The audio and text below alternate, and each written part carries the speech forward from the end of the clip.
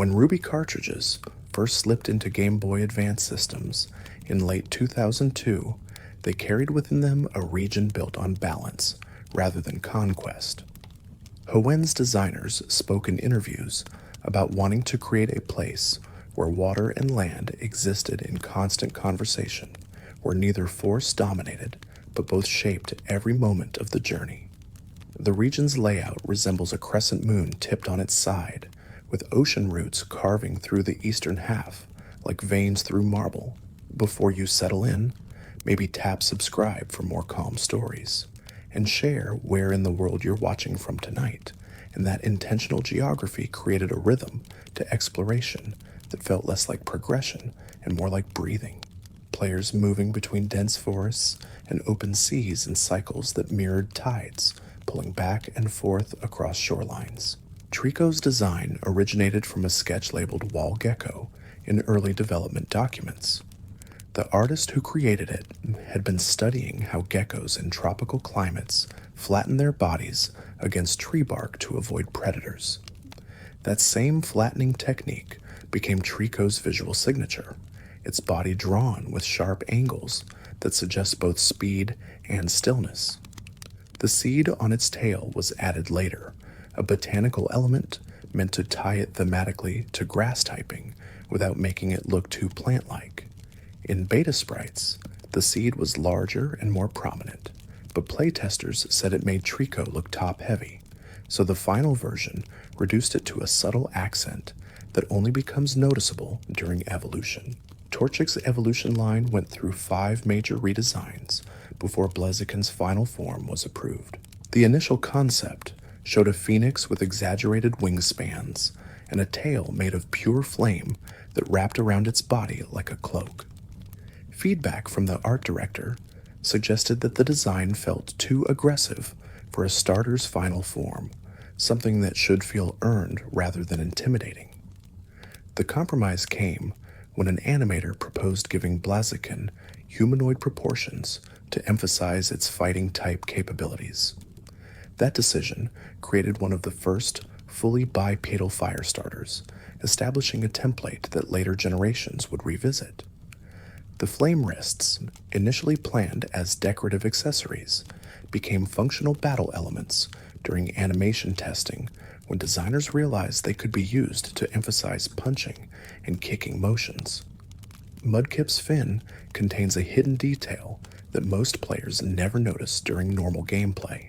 The fin is textured with tiny scale patterns that shimmer when light hits them at certain angles during battle animations. This effect was achieved by overlaying 2 sprite layers with slightly different opacity settings, creating the illusion of depth on hardware that couldn't render true 3-dimensional objects. The programmer responsible for this effect left a comment in the code that reads, "Makes water feel wet," a reminder that even small visual details contribute to environmental atmosphere. Mudkip's evolution into Marshtomp represents a transition from aquatic to amphibious life, with the fin splitting into separate head crests that suggest both gills and sensory organs. Swampert's final design removes the fin entirely, replacing it with muscular bulk that emphasizes its ground typing and shift toward land-based combat. The Poochyena line was designed to represent persistence rather than strength. Early Pokédex drafts described Poochyena as a Pokémon that never gives up on prey once it catches a scent, a behavioral trait inspired by African wild dogs that can track targets across incredible distances. Mightyena's design amplifies this theme with longer legs and a leaner body structure that suggests endurance running. The dark typing was chosen not because the species is inherently malicious, but because it represents hunting at night when most prey animals are vulnerable. Beta sprites showed Mightyena with a more wolf-like appearance, but the design was softened to avoid confusion with existing canine Pokémon from previous generations. The final version emphasizes its hyena inspiration through a sloped back and powerful jaw structure. Zigzagoon's walking pattern is hard-coded into its overworld behavior rather than being a random movement script. The game checks the player's position every few frames and adjusts Zigzagoon's path to ensure it always moves in a zigzag pattern relative to the camera angle. This seemingly simple detail required significant programming effort because the Game Boy Advance's limited processing power made complex pathfinding difficult. Linuun's straight-line charging behavior represents the opposite end of the movement spectrum, with its sprite programmed to accelerate rapidly when moving in a single direction. This creates a visual and mechanical contrast between the two forms that mirrors their evolutionary relationship. Players who pay attention during battles notice that Linuun's attack animations emphasize forward momentum, with moves like headbutt and tackle showing more dramatic motion than similar attacks from other Pokémon. Wurmple's evolution mechanics were designed as a deliberate mystery. Unlike most branching evolutions that depend on time of day or held items, Wurmple's transformation into either Silcoon or Cascoon is determined by a hidden personality value assigned when the Pokémon is first generated. This value remains invisible to players and cannot be manipulated through normal gameplay, creating genuine unpredictability. The decision to use this system was controversial within the development team, with some members arguing that players should have control over evolution paths. The lead designer defended the choice by explaining that nature itself contains randomness, and Wurmple's evolution was meant to reflect that unpredictability of metamorphosis in real insects. The personality value system was later reused for other mechanics in subsequent generations, proving that what seemed like a quirky design choice actually pioneered a new approach to Pokémon variation. Silcoon and Cascoon's cocoon designs incorporate different structural philosophies. Silcoon's smooth white surface suggests silk wrapping, with minimal texture to emphasize vulnerability during transformation. Cascoon's purple coloration and spiky protrusions indicate a defensive cocoon that actively deters predators. These design differences mirror real insect pupae strategies, with some species prioritizing camouflage while others develop physical defenses. Beautifly and Dustox represent the culmination of these approaches, with Beautifully's elegant wings and bright colors, suggesting successful transformation in a safe environment, while Dustox's muted tones and bulkier body structure indicate adaptation to harsher conditions. The Pokédex entries support this interpretation, describing Beautifully as feeding on flower nectar in peaceful meadows, while Dustox is drawn to artificial lights in urban areas, suggesting adaptability to human-altered landscapes. Lotad's Lilypad was originally designed as a separate entity that could be knocked off during battle. Early prototypes included a mechanic where certain fire and flying type moves would remove the Lilypad, temporarily changing Lotad's stats and appearance until the end of the battle. Playtesters found this confusing and frustrating, particularly when the visual change didn't clearly communicate its mechanical impact. The feature was removed before the beta phase, but remnants of the code remain in the game files, including unused sprites showing Lotad without its Lilypad.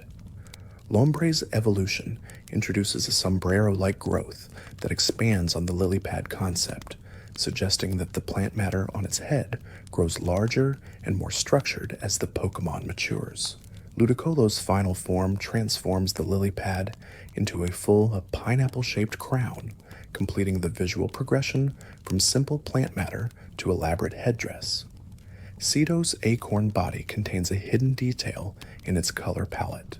The brown shading uses slightly different tones between the sprite's left and right sides, creating a subtle sense of depth that makes the acorn appear three-dimensional despite being rendered on a two-dimensional screen. This technique, called pseudo-shading, was used throughout Hoenn's Pokémon designs to compensate for the Game Boy Advance's limited graphical capabilities. Nuzleafa's evolution introduces a leaf nose that was inspired by Tengu, Japanese folklore creatures known for long noses and woodland dwelling. The beta design included traditional Tengu accessories, like a small fan and wooden sandals, but these were removed to keep the design focused and avoid cultural specificity that might not translate internationally. Shiftry's final form embraces the Tengu inspiration more fully, with its leaf fans and mysterious demeanor creating a Pokémon that feels simultaneously playful and threatening. Tylo's migration patterns are referenced in its Pokédex entries, but never fully explained in-game. According to developer notes, Tylo was designed to represent the thousands of swallows that migrate through coastal regions each year, traveling incredible distances to find suitable breeding grounds. This biological inspiration influenced Tylo's base speed stat, which is notably high for an early game Pokémon, and its ability Guts, which allows it to fight through adverse conditions. Swellow's evolution amplifies these traits, with longer wings and a more streamlined body that suggest improved flight efficiency. The red and blue coloration was chosen to evoke both sunset skies and ocean depths, reinforcing Hoenn's thematic connection between air and water. Beta sprites showed Swellow with longer tail feathers that resembled traditional swallow silhouettes more closely, but the final design shortened them to improve sprite clarity at small resolutions. Wingle's cry contains a pitched-down sample of actual seagull calls recorded near a harbor in Yokohama. The sound designer visited the location specifically to capture authentic coastal atmosphere, spending an entire afternoon recording bird calls, wave sounds, and wind-through rigging. These recordings were compressed and processed to fit the Game Boy Advance's audio limitations, but careful listeners can still hear the organic quality that distinguishes Wingle's cry from purely synthesized Pokémon sounds. Pelipper's evolution introduces a deeper, more resonant call that suggests increased size and confidence. The pouch in its beak serves both functional and aesthetic purposes, storing items during gameplay, while also giving Pelipper a distinctive silhouette that makes it instantly recognizable even at a distance. Early concept art showed the pouch filled with various objects, including berries, water, and even baby Pokémon, though this detail never made it into the final sprites. Ralts represents one of the most significant additions to Hoenn's Psychic-type roster. Its design emphasizes vulnerability and gentleness, with a body that appears almost ghost-like in its fragility. The helmet-like growth on its head was inspired by drawings of psychic auras, visualized as protective barriers. This design choice communicates Ralts' psychic abilities without relying on obvious visual tropes like glowing eyes or levitation. The emotional sensitivity mentioned in Ralts' Pokédex entry reflects the development team's desire to create a Pokémon that feels emotionally intelligent rather than just powerful. Kirlia's evolution adds a more humanoid form that suggests growing confidence and control over psychic abilities. The dress-like body structure was intentional, designed to evoke both ballet dancers and traditional mediums. Gardevoir's final form completes this progression with an elegant design that balances grace and power, creating one of Hoenn's most beloved Pokémon. Surskit's ability to walk on water is reflected in its battle animations, where it glides across the ground rather than bouncing or hopping like most small Pokémon. This animation choice required custom movement code that simulates water surface tension, with Surskit's feet creating tiny ripple effects when it moves. The detail is subtle, but adds to the impression that Surskit exists in a different physical relationship with its environment than land-based Pokémon. Masquerain's evolution introduces a dramatic transformation that shifts from water to flying type, reflecting the real-world metamorphosis of aquatic insects into aerial adults. The eye spots on its antennae were designed to intimidate predators, a defense mechanism borrowed from real moths and butterflies. Beta designs showed these eyes glowing during certain attacks, but the effect was removed to maintain visual consistency with other Pokémon that don't use glowing effects outside of specific moves. Shroomish's mushroom cap was textured using a technique called dithering, where alternating light and dark pixels create the illusion of intermediate colors and textures. This allowed the sprite artists to suggest the slightly rough, organic surface of a real mushroom without exceeding the Game Boy Advance's color palette limitations. The cap's design went through multiple iterations, with early versions appearing too smooth and artificial. The final design strikes a balance between stylization and realism, creating a mushroom that feels believable within the Pokemon world's aesthetic. Breloom's evolution introduces a much more aggressive design language, with a dinosaur-like posture and tail that suggests predatory behavior. The design shift reflects Breloom's fighting type addition, transforming a passive mushroom into an active combatant. The seeds on its tail were inspired by boxing glove shapes, though this connection is subtle enough that it doesn't overwhelm the Pokemon's organic mushroom identity. Slakoth's design philosophy centers on minimal effort and maximum rest. The sprite shows Slakoth hanging upside down from a branch, a pose that required custom positioning code, since most Pokemon sprites are designed to stand on flat ground. This hanging posture immediately communicates Slakoth's personality and behavioral patterns without requiring players to read Pokédex entries. The closed eyes and relaxed limbs reinforce the impression of a Pokemon completely unconcerned with its surroundings. Vigoroth's evolution represents a complete personality inversion, with hyperactive movements and wide-open eyes that suggest constant alertness. This dramatic shift was designed to surprise players and subvert expectations about evolutionary progression, typically making Pokemon calmer and more controlled. Slaking's final form returns to Slakoth's lazy demeanor, but with increased size and power, creating a Pokemon that is incredibly strong, but only when it chooses to act. The Truant ability mechanizes this design concept, forcing Slaking to rest every other turn regardless of player commands. Nincada's underground lifestyle is reflected in its limited color palette, with brown and gray tones suggesting a Pokemon that rarely sees sunlight. The design emphasizes digging adaptations through strong forearms and a body low to the ground, visual elements that communicate its subterranean nature, even in a static sprite. The Cyclopean eye gives Nincada an alien quality that sets it apart from other bug types, suggesting adaptation to dim underground environments where a single sensitive eye might be more useful than traditional binocular vision. Ninjask's evolution introduces one of the fastest Pokemon in the game, with a design that emphasizes speed through swept-back wings and a streamlined body. The name references ninja abilities, and the visual design supports this with sharp angles and colors that suggest stealth and sudden strikes. Shedinja's split evolution represents one of Hoenn's most unique mechanics, appearing automatically in the player's party if they have a spare Pokeball and open slot when Nincada evolves. The design resembles a shed exoskeleton with a mysterious void where a living body should be, perfectly embodying the concept of a discarded shell imbued with ghostly energy. Whismur's design centers on sound-based abilities, despite appearing visually quiet and unassuming.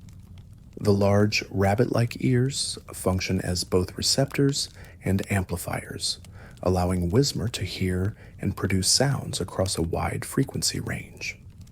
The cylindrical body shape was intended to resemble a speaker or sound chamber, though this connection is subtle enough that it doesn't override the Pokemon's organic creature design. Early concept art showed Whismur with a more mechanical appearance, including visible sound holes similar to a flute or whistle, but these were removed to maintain biological plausibility. Loudred's evolution amplifies the speaker concept, with visible ear structures that resemble audio equipment, creating a Pokemon that bridges natural and artificial sound production. The design borders on mechanical, but stays grounded in biology through organic shapes and textures. Exploud's final form pushes this boundary even further, with the organ pipe-like whiskers that make the speaker inspiration obvious. The design succeeds because it commits fully to the concept while maintaining enough biological details to feel like a living creature rather than a machine. Makuhita's design draws heavily from sumo wrestling tradition. The yellow markings on its body suggest the mawashi belt worn by sumo wrestlers, and its rotund body shape mirrors the build cultivated by professional rikishi. The hand-slapping animation used in its battle intro references Shiko, the leg-stomping ritual performed before sumo matches to drive evil spirits from the ring.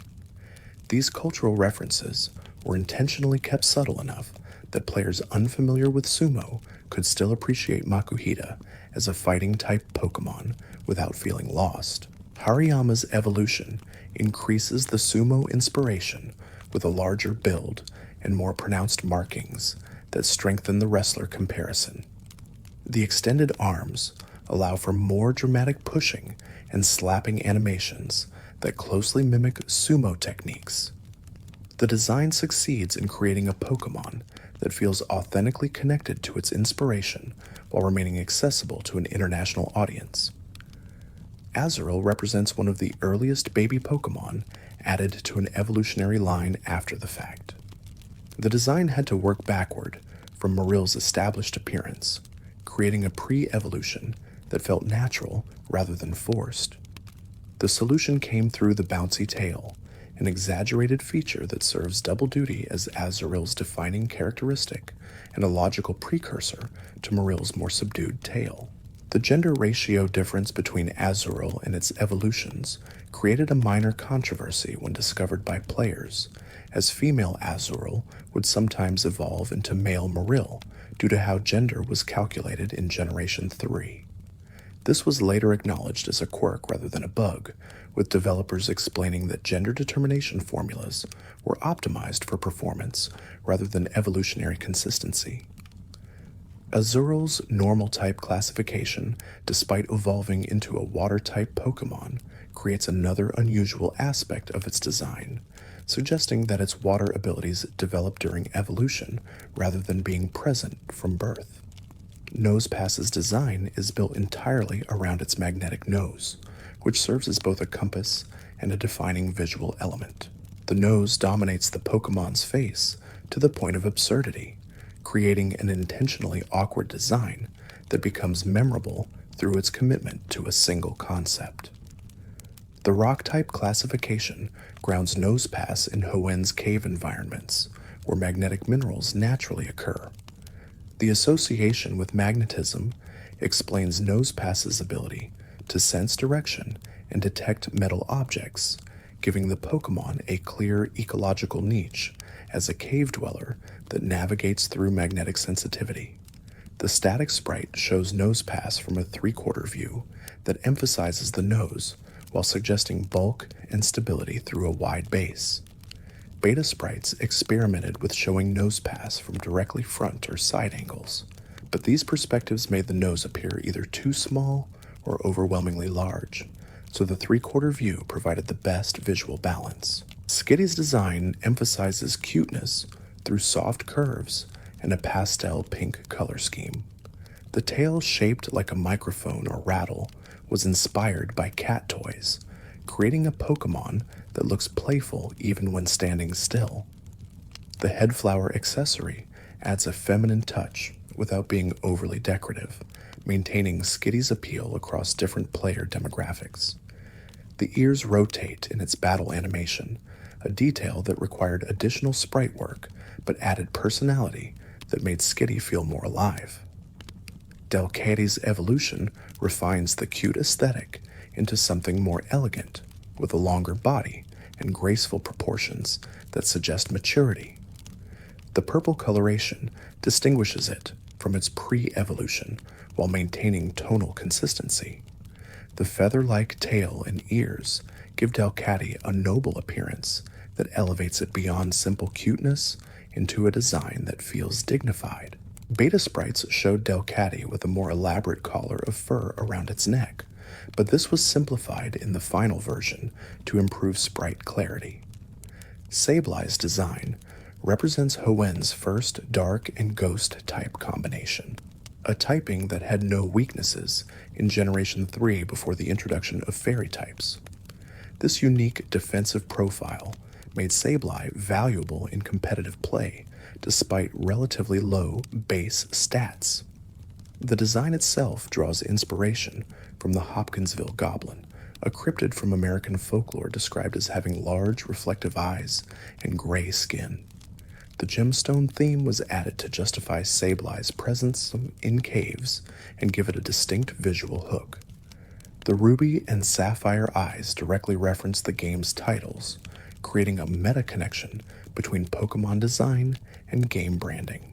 Sableye's hunched posture and long fingers create an unsettling silhouette that perfectly captures its dark and ghost typing, suggesting a creature that lurks in shadows and feeds on minerals. The grinning expression adds a mischievous quality that prevents the design from becoming too sinister, keeping Sableye within Pokemon's general tone while still pushing toward darker aesthetics. Mowila's design plays with deception through its signature steel jaw extending from the back of its head. This appendage is textured and colored to resemble a second mouth, creating the illusion that Mowile has a large, threatening head when viewed from behind. The actual face is small and relatively harmless in appearance, establishing a contrast between Mowile's true nature and the defensive mimicry it employs. This concept draws from real animals that use false eye spots or mimicry to deter predators. The steel and dark typing reflects both the metallic jaw and Mowila's tricky nature. Beta designs showed the jaw as more obviously mechanical, but the final version organic integrated it into Mowile's body, making the deception more believable. The yellow coloration and small stature keep Mowile from appearing too aggressive, maintaining the Pokemon aesthetic of being simultaneously cute and capable. Aaron's design emphasizes defensive capabilities through a body entirely covered in steel armor plating. The four legs and low profile create stability, suggesting a Pokemon built to withstand attacks rather than dodge them. The design draws inspiration from ankylosaurs and other armored dinosaurs, though Aaron's small size and relatively simple silhouette keep it from feeling too prehistoric. The blue accents on the armor suggest manufactured metal rather than natural armor, reinforcing the steel typing. Lairon's evolution adds size and aggression to the design, with more pronounced horns and a heavier build that indicates growing offensive capabilities.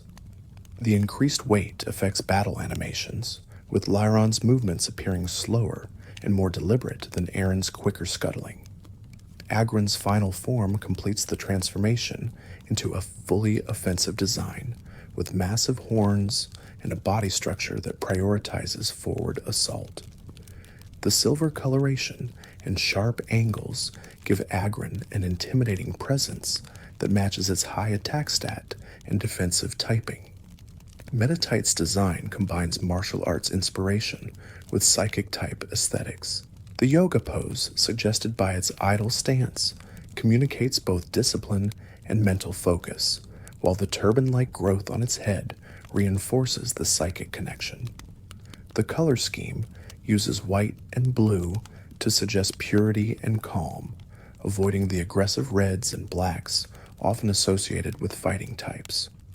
The onion-shaped head growth was inspired by meditation imagery, though this connection is subtle enough that it reads primarily as a psychic indicator. Medicum's evolution extends the martial arts theme with a more humanoid build and distinctive hand positioning that suggests combat readiness.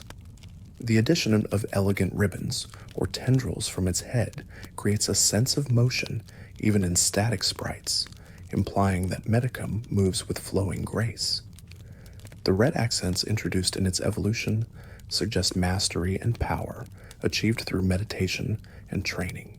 Beta designs showed Medicum with more elaborate clothing elements, but these were simplified to maintain visual clarity and avoid making the design too busy.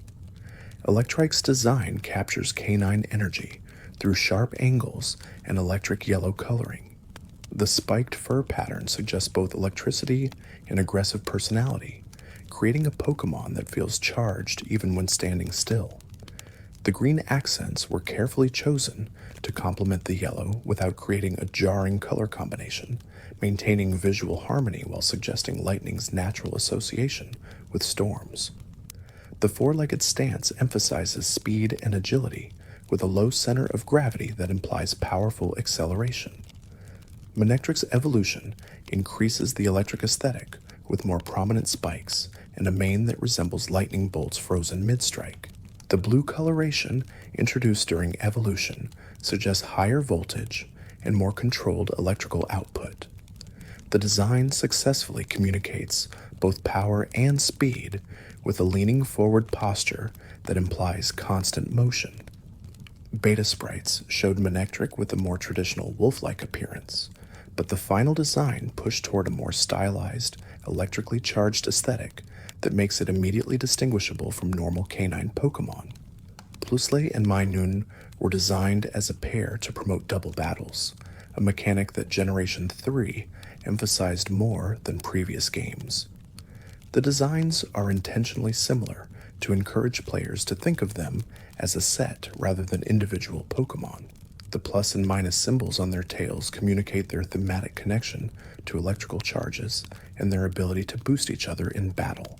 The color scheme uses red and blue to represent positive and negative charges, though the designs avoid making this connection too literal by maintaining similar body structures and cheerful expressions. The ear shapes differ between the two, with Plusle's ears pointing up to suggest a plus sign and Minun's ears pointing down for a minus sign. This subtle distinction allows players to differentiate them at a glance while maintaining their paired identity. Beta designs experimented with more dramatic differences between the two, including different body sizes and completely different tail shapes, but the final versions kept them similar to emphasize their connection. Volbeat and Illumise represent another gender-based pair, though unlike Plusle and Minun, they have distinct designs and roles. Volbeat's masculine appearance includes a more angular body and color scheme that emphasizes its role as the signal-producing member of the pair. The tail light functions as both an aesthetic element and a biological feature, with Pokédex entries describing how Volbeat uses patterns of light to communicate and attract Illumise. The design draws inspiration from real fireflies, with attention paid to the proportions and flight posture that make fireflies distinctive. Illumise's feminine design uses softer curves and a purple color scheme that contrasts with Volbeat's blue and black. The antennae are longer and more elaborate, suggesting enhanced sensory capabilities for detecting Volbeat's signals. The Pokédex describes Illumise as leading swarms of Volbeat through choreographed flight patterns, a behavior based on real firefly mating displays. The paired designs succeed in creating Pokémon that feel related but distinct, with clear gender differences that avoid stereotypical presentations. Roselia's design balances beauty and danger through its rose-based anatomy. The flowers growing from its arms serve as both aesthetic elements and weapons, with Pokédex entries describing thorns that contain toxins. The color scheme uses red and blue roses to create visual interest and suggest the dual nature of roses as symbols of both love and pain. The leafy body and grass typing ground Roselia in plant biology, while the poison secondary typing acknowledges the toxic compounds many flowering plants use for defense. The design walks a fine line between appearing delicate and threatening, successfully communicating that Roselia is not to be underestimated, despite its beautiful appearance. Beta sprites showed the roses in different positions, including some where they grew from Roselia's head like a crown, but the final design placed them on the arms to improve animation possibilities and make the Pokémon's silhouette more dynamic. Gulpin's design embraces simplicity through a body that is essentially a mobile stomach. The translucent green coloring suggests slime or digestive fluid, while the lipstick-like marking on what passes for its mouth adds a touch of personality to an otherwise minimal design. The feather on its head provides a small detail that breaks up the round silhouette and gives Gulpin a slightly silly appearance that prevents it from being too grotesque. The poison typing reflects Gulpin's ability to digest almost anything, with toxins accumulating in its body rather than harming it. Swalot's evolution increases the stomach Pokemon concept with a larger, more imposing body that suggests it can consume even bigger prey. The whisker-like markings and tired eyes give Swalot a somewhat melancholic expression that contrasts with its dangerous digestive capabilities. Beta designs showed Swalot with more elaborate facial features, but the final version kept it simple to maintain the focus on its primary design element, the enormous stomach. Carvanha's design takes the traditional piranha inspiration and intensifies it through aggressive angular shapes and a menacing expression. The red and blue color scheme suggests both blood in water and the dual typing of water and dark. The underbite and sharp teeth create an immediately threatening impression that communicates Carvanha's predatory nature. The design succeeds both by committing fully to aggression rather than trying to make Carvanha cute or approachable. Sharpedo's evolution amplifies these qualities with a larger body and even more pronounced dental features. The torpedo-shaped body was inspired by sharks and submarines, creating a Pokemon that suggests both natural predator and military weapon. The rough skin texture implied through sprite shading reinforces Sharpedo's dangerous nature. The design represents one of Hoenn's most straightforward Pokemon, prioritizing clear communication of threat and power over subtlety or complexity. Beta sprites showed Sharpedo with a more traditional shark shape, but the final design's angular, almost mechanical appearance makes it more memorable and distinctive. Wailmer's design creates a Pokemon that is essentially a spherical ball with a face, embracing simplicity in service of clear communication. The beach ball comparison is intentional, with the rounded body and cheerful expression suggesting a Pokemon that is friendly despite its size. The blue coloring and water spout on its head immediately establish it as a water type, while the small fins barely visible on its sprite suggest limited mobility on land. The design works because it commits to the ball shape without trying to add unnecessary details that would complicate the silhouette. Wailord's evolution increases the whale inspiration with a more traditional cetacean body shape, though it maintains the blue coloring and simplified features that connect it to Wailmer. The sheer size difference between Wailmer and Wailord creates one of the most dramatic evolutionary transformations in the series. Wailord's categorization as the float whale Pokemon reflects its low density despite massive size, a detail that inspired its relatively low weight stat that seems inconsistent with its appearance, but creates interesting competitive interactions. Numel's design combines camel and volcano into a single cohesive concept. The humps on its back function as both physical features and thematic elements, suggesting stored energy similar to how real camels store fat. The green coloration was an unusual choice for a fire type, but it distinguishes Numel from other fire-type Pokemon while suggesting adaptation to grassy environments. The droopy expression and slow movement implied in its animations create a Pokemon that feels lazy rather than energetic, subverting expectations for fire types. Camerupt's evolution increases the volcanic aspect with humps that more obviously resemble volcanoes, complete with crater-like depressions. The addition of ground typing reflects Camerupt's connection to Earth and magma beneath the surface. The color shift from green to red reinforces the volcanic identity and suggests that evolution activates dormant volcanic capabilities. Beta designs showed Camerupt with erupting volcanoes as a permanent feature, but the final version keeps the humps dormant during normal animations, reserving eruptions for battle moves. Torkoal's design creates a Pokémon that is simultaneously a tortoise and a coal furnace.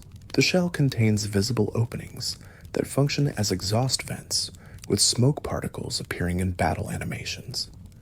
The fire type classification comes not from flames, but from heat generated through burning coal, a more industrial interpretation of fire than most Pokémon employ. The design draws inspiration from steam engines and traditional coal-burning heaters, though it maintains enough biological elements to feel like a living creature. The slow movement speed and defensive stats reflect both tortoise biology and the heavy heat-retaining properties of a coal furnace. The red coloration inside the shell suggests internal heat without requiring external flames. Beta designs showed Torkoal with a more mechanical appearance, including visible gears and metal panels, but the final version integrated these elements more organically into a biological framework. The result is a Pokémon that successfully merges technology and nature without feeling like a machine. Spoink's design centers on the spring that replaces its lower body, creating a Pokémon that must bounce continuously to keep its heart beating. This mechanical constraint shapes both the design and the gameplay experience, as Spoink's animations always show it in motion. The spring itself draws from toy imagery rather than biology, representing one of the few times a Pokémon incorporates an obviously artificial element into its body. The pearl on Spoink's head adds a touch of value and fragility, with Pokédex entries describing the pearl's importance to Spoink's psychic powers. The pig-like face and ears provide biological grounding that keeps Spoink from feeling too toy-like. Grumpig's evolution replaces the spring with stumpy legs, suggesting that evolution provides biological solutions to mechanical problems. The black body and larger pearl create a more sophisticated appearance that matches Grumpig's improved psychic capabilities. The name plays on Grumpy, and the design supports this with a less cheerful expression than Spoink's perpetually bouncing enthusiasm. Spinda's design incorporates a randomized spot pattern that makes each individual Spinda unique. This variation is generated using the Pokémon's personality value, the same hidden number that determines nature, its gender, and other invisible traits. The number of possible spot combinations exceeds 4 billion, ensuring that encountering two identical Spinda is virtually impossible. This design choice reflects the development team's desire to create a Pokémon that felt genuinely individual rather than just another member of a species.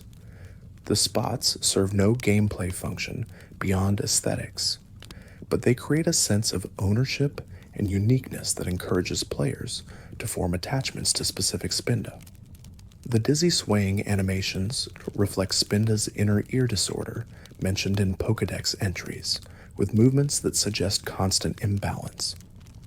Beta designs showed Spinda with fewer spot variations and a more coordinated walking pattern, but the final version embraced the dizzy concept fully.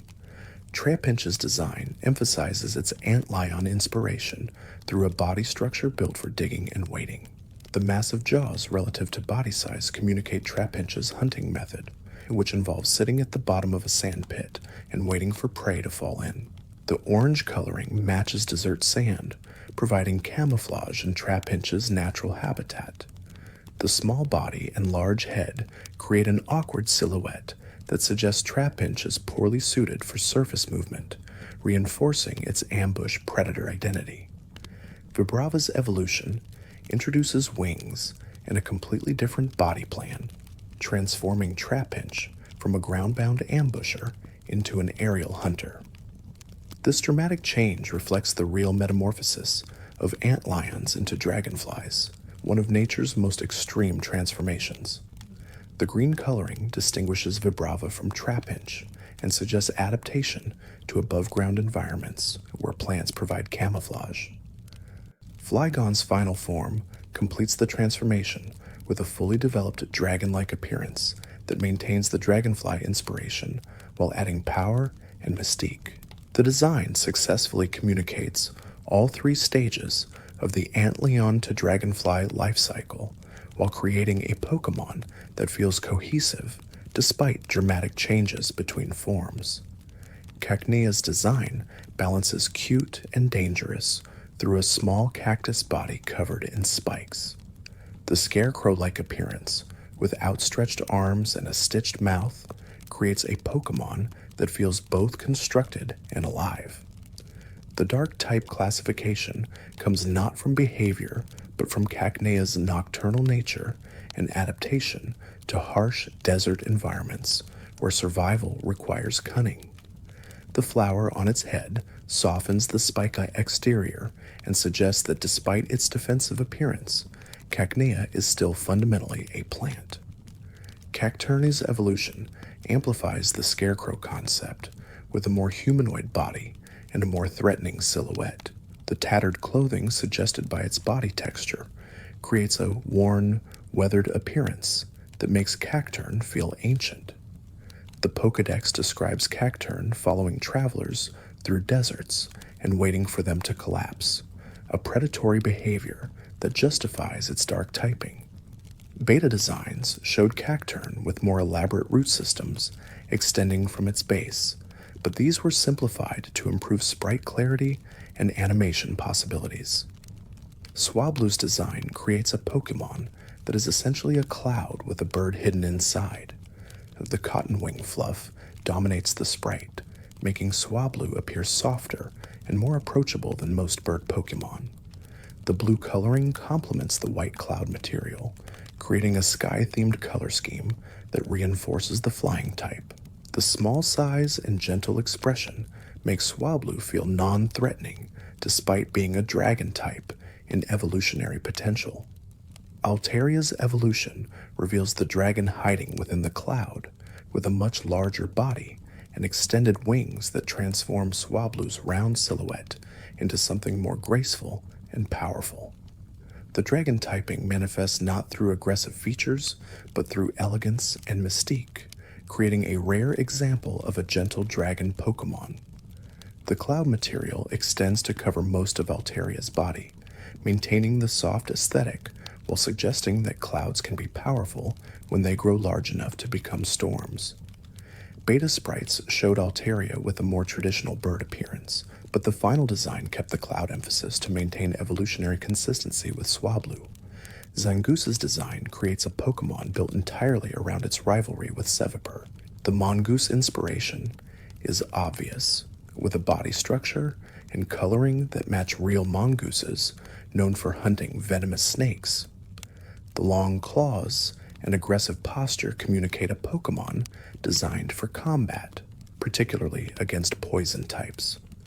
The red markings suggest wounds or war paint, reinforcing Zangoose's identity as a fighter. The normal typing was chosen deliberately to make Zangoose immune to Seviper's poison attacks, creating a mechanical expression of the biological relationship between mongooses and snakes. The design succeeds by committing to the rivalry concept, while still creating a Pokémon that feels complete on its own, rather than existing only in relation to Seviper. Beta designs showed Zangoose with even longer claws and more aggressive features, but the final version balanced ferocity with enough visual appeal to make it popular beyond just competitive matchups. Seviper's design represents the opposite side of the Zangoose rivalry, with a snake body covered in poison and blade-like features. The purple and black color scheme signals poison typing immediately, while the angular blade tail creates a signature visual element. The fanged face and slitted eyes make Seviper appear threatening, even in still sprites. The design draws from vipers and cobras, emphasizing the venomous nature that defines its battling identity. The rivalry with Zangoose is referenced in its Pokédex entries, but also expressed mechanically through learned sets and stat distributions that create interesting matchups. Beta designs showed Seviper with multiple heads or additional blade elements, but the final version focused on a single snake with distinct blade features that make it memorable without being overly complex. The restraint in the design allows Seviper's key features to stand out rather than competing with each other for attention. Lunatone and Solrock represent astronomical bodies brought to Earth with designs that emphasize their extraterrestrial origins. Lunatone's crescent shape and yellow coloring create an obvious moon connection, while the rock typing grounds it in meteor mythology. The face appears carved or naturally formed from stone, suggesting these Pokémon weren't created but discovered. Solrock's circular form and warm coloring mirror the sun, with red and orange tones that suggest heat and light. The matching rock and psychic typing between the two Pokémon reinforces their connection as celestial counterparts. The designs avoid making them simple shapes with faces by adding texture and detail that suggest geological formation processes. The psychic type reflects their mysterious origins and the ancient human practice of ascribing mystical properties to celestial objects. Beta designs showed both Pokémon with more elaborate features, including additional spikes or rays extending from their bodies, but the final versions kept them simple and iconic. Barboach's design creates a Pokémon that is essentially a whiskered catfish with minimal embellishment. The blue and gray coloring suggests muddy water habitats, while the whiskers provide sensory capabilities that catfish use to navigate murky environments. The small size and neutral expression make Barboach feel harmless, a Pokémon that survives through evasion rather than confrontation. The water and ground typing reflects catfish biology, with these bottom-dwelling fish often stirring up sediment as they feed. Whiscash's evolution increases size dramatically while maintaining the basic catfish body plan. The prominent whiskers grow longer, and the overall body becomes more imposing. The blue and gray coloring deepens, suggesting a Pokémon that dwells in darker, deeper water. The design successfully scales up Barboach's concept without adding unnecessary complexity, creating an evolution that feels natural. Beta sprites showed Whiscash with a more aggressive facial expression and additional fins, but the final version kept it relatively simple and friendly-looking despite its size. Corphish's design takes the crawfish concept and adds aggressive personality through bright colors and prominent claws. The red coloration makes Corphish stand out visually, even in water environments, suggesting a Pokémon that doesn't rely on camouflage. The star-shaped marking on its head adds a distinct visual element that makes Corphish instantly recognizable. The claws are oversized relative to the body, communicating fighting capability despite small overall size. The water typing reflects its aquatic habitat, while battle animations emphasize physical attacks that make use of the claws. Crawdont's evolution darkens the color palette and increases the threatening appearance significantly. The devil-like head protrusion and more angular features create a Pokémon that looks genuinely dangerous. The Dark-type edition reflects Crawdont's more aggressive nature and predatory behavior described in Pokédex entries. Beta designs showed Crawdont with even more elaborate head features, but the final version balanced detail with clarity to maintain recognizability at small sprite sizes. Baltoy's design draws from ancient clay figures and spinning tops, creating a Pokémon that feels simultaneously primitive and toy-like. The geometric patterns on its body suggest ancient artistic traditions, while the conical shape allows it to balance and spin. The ground and psychic typing combination reflects earth materials animated by mysterious forces. The single eye and minimal features create a simple but memorable silhouette. The design succeeds by embracing its artificial appearance rather than trying to make Baltoy seem biological. Claydol's evolution expands the ancient figure concept with multiple arms and a body structure that references Haniwa, ancient Japanese clay figures. The floating animation suggests psychic levitation, overcoming physical weight. The black and red color additions create a more elaborate appearance that suggests increased power and complexity. The design maintains the spinning top inspiration while adding enough new elements to make evolution feel significant. Beta sprites showed Claydol with different numbers of arms and various eye configurations, but the final version standardized on a form that balanced visual interest with recognizability. Lileep's design creates a Pokémon that is essentially an animated sea lily, a type of crinoid that existed in prehistoric oceans. The flower-like appearance disguises Lileep's predatory nature with tentacles that can grasp prey. The yellow and purple coloring creates visual contrast while suggesting toxic or venomous capabilities referenced by its poison typing. The rock typing reflects Lileep's fossil origin and the calcified structures that crinoids develop. The design successfully makes a sessile organism into a mobile Pokémon while maintaining the essential character of a sea lily. Cradley's evolution increases size and adds more elaborate tentacles that suggest greater predatory capability. The eye spots on the head create a face where none existed on Lileep, adding personality while maintaining the flower-like overall structure. The neck extension allows for more dynamic animations while keeping Cradley grounded in the ancient sea creature inspiration. Beta designs showed Cradley with a more mobile base, but the final version kept it relatively stationary to maintain fossil authenticity.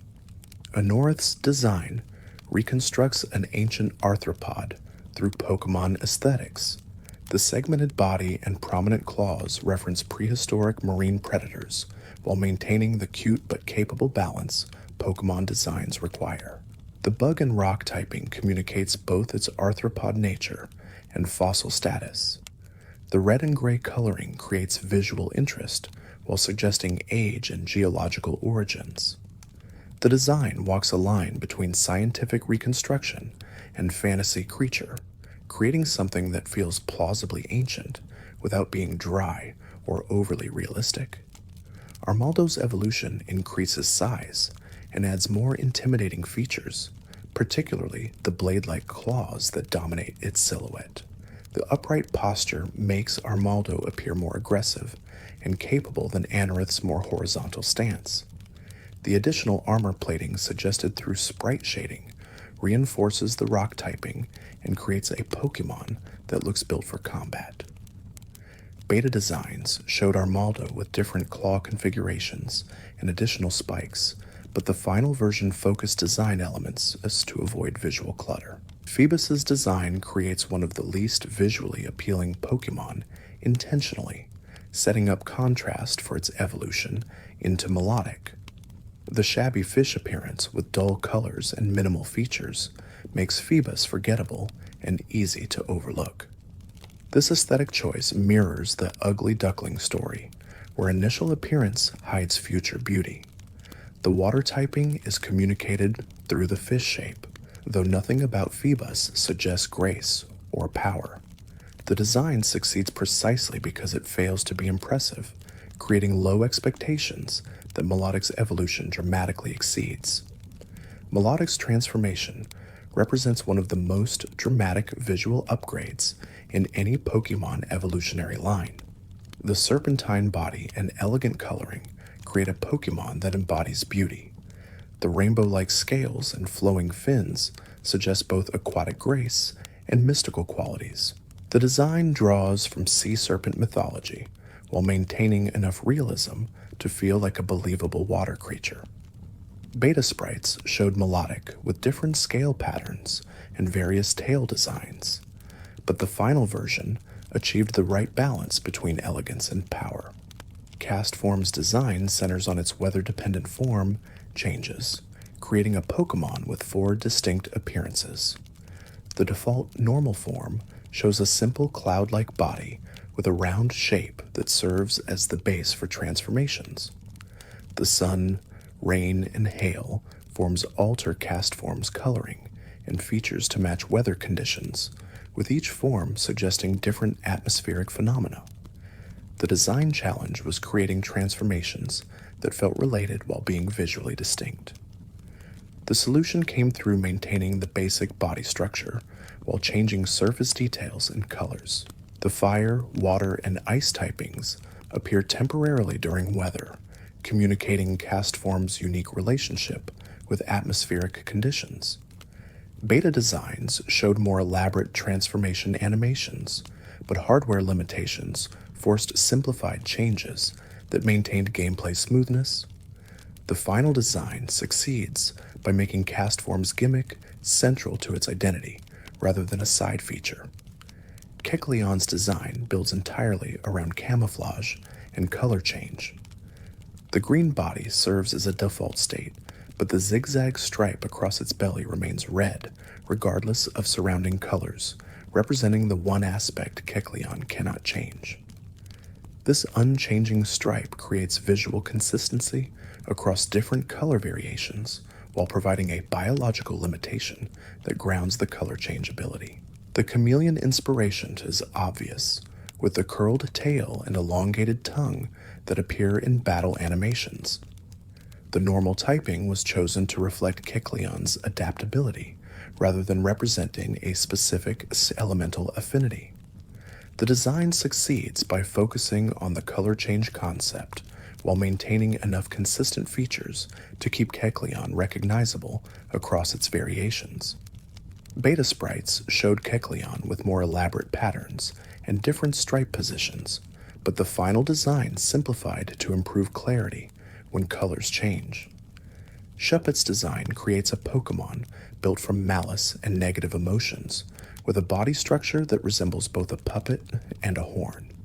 The dark coloring and sharp angles communicate its ghost typing, while the single eye creates an unsettling appearance that matches its haunting behavioral descriptions.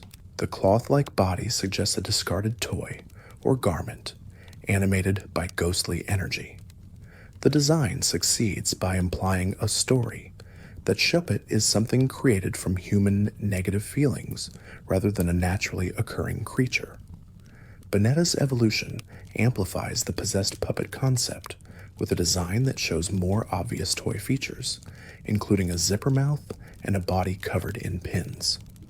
The Pokédex entries describe Bonette as a plush toy that became a Pokémon after being thrown away, adding tragic backstory that deepens the design's emotional resonance.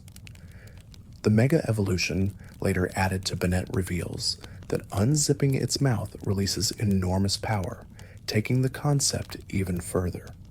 Beta designs showed Bonette with different facial features and various pin placements, but the final version created an iconic look that balances creepy and sad. Duskull's design creates a minimalist ghost that is essentially a floating skull hidden beneath a cloth mask. The single red eye provides a focal point that draws attention despite Duskull's otherwise dark appearance. The bone pattern on its back reinforces the skull connection while providing detail that makes the design more interesting than a simple sheet ghost. The cloth appears tattered, suggesting age and wear that matches Duskull's association with haunting and death. The ghost typing is communicated through floating animation and ethereal appearance, while the overall simplicity makes Duskull feel iconic rather than underdeveloped. Dusclops' evolution adds a body beneath the cloth, with a more solid form that increases the threatening presence.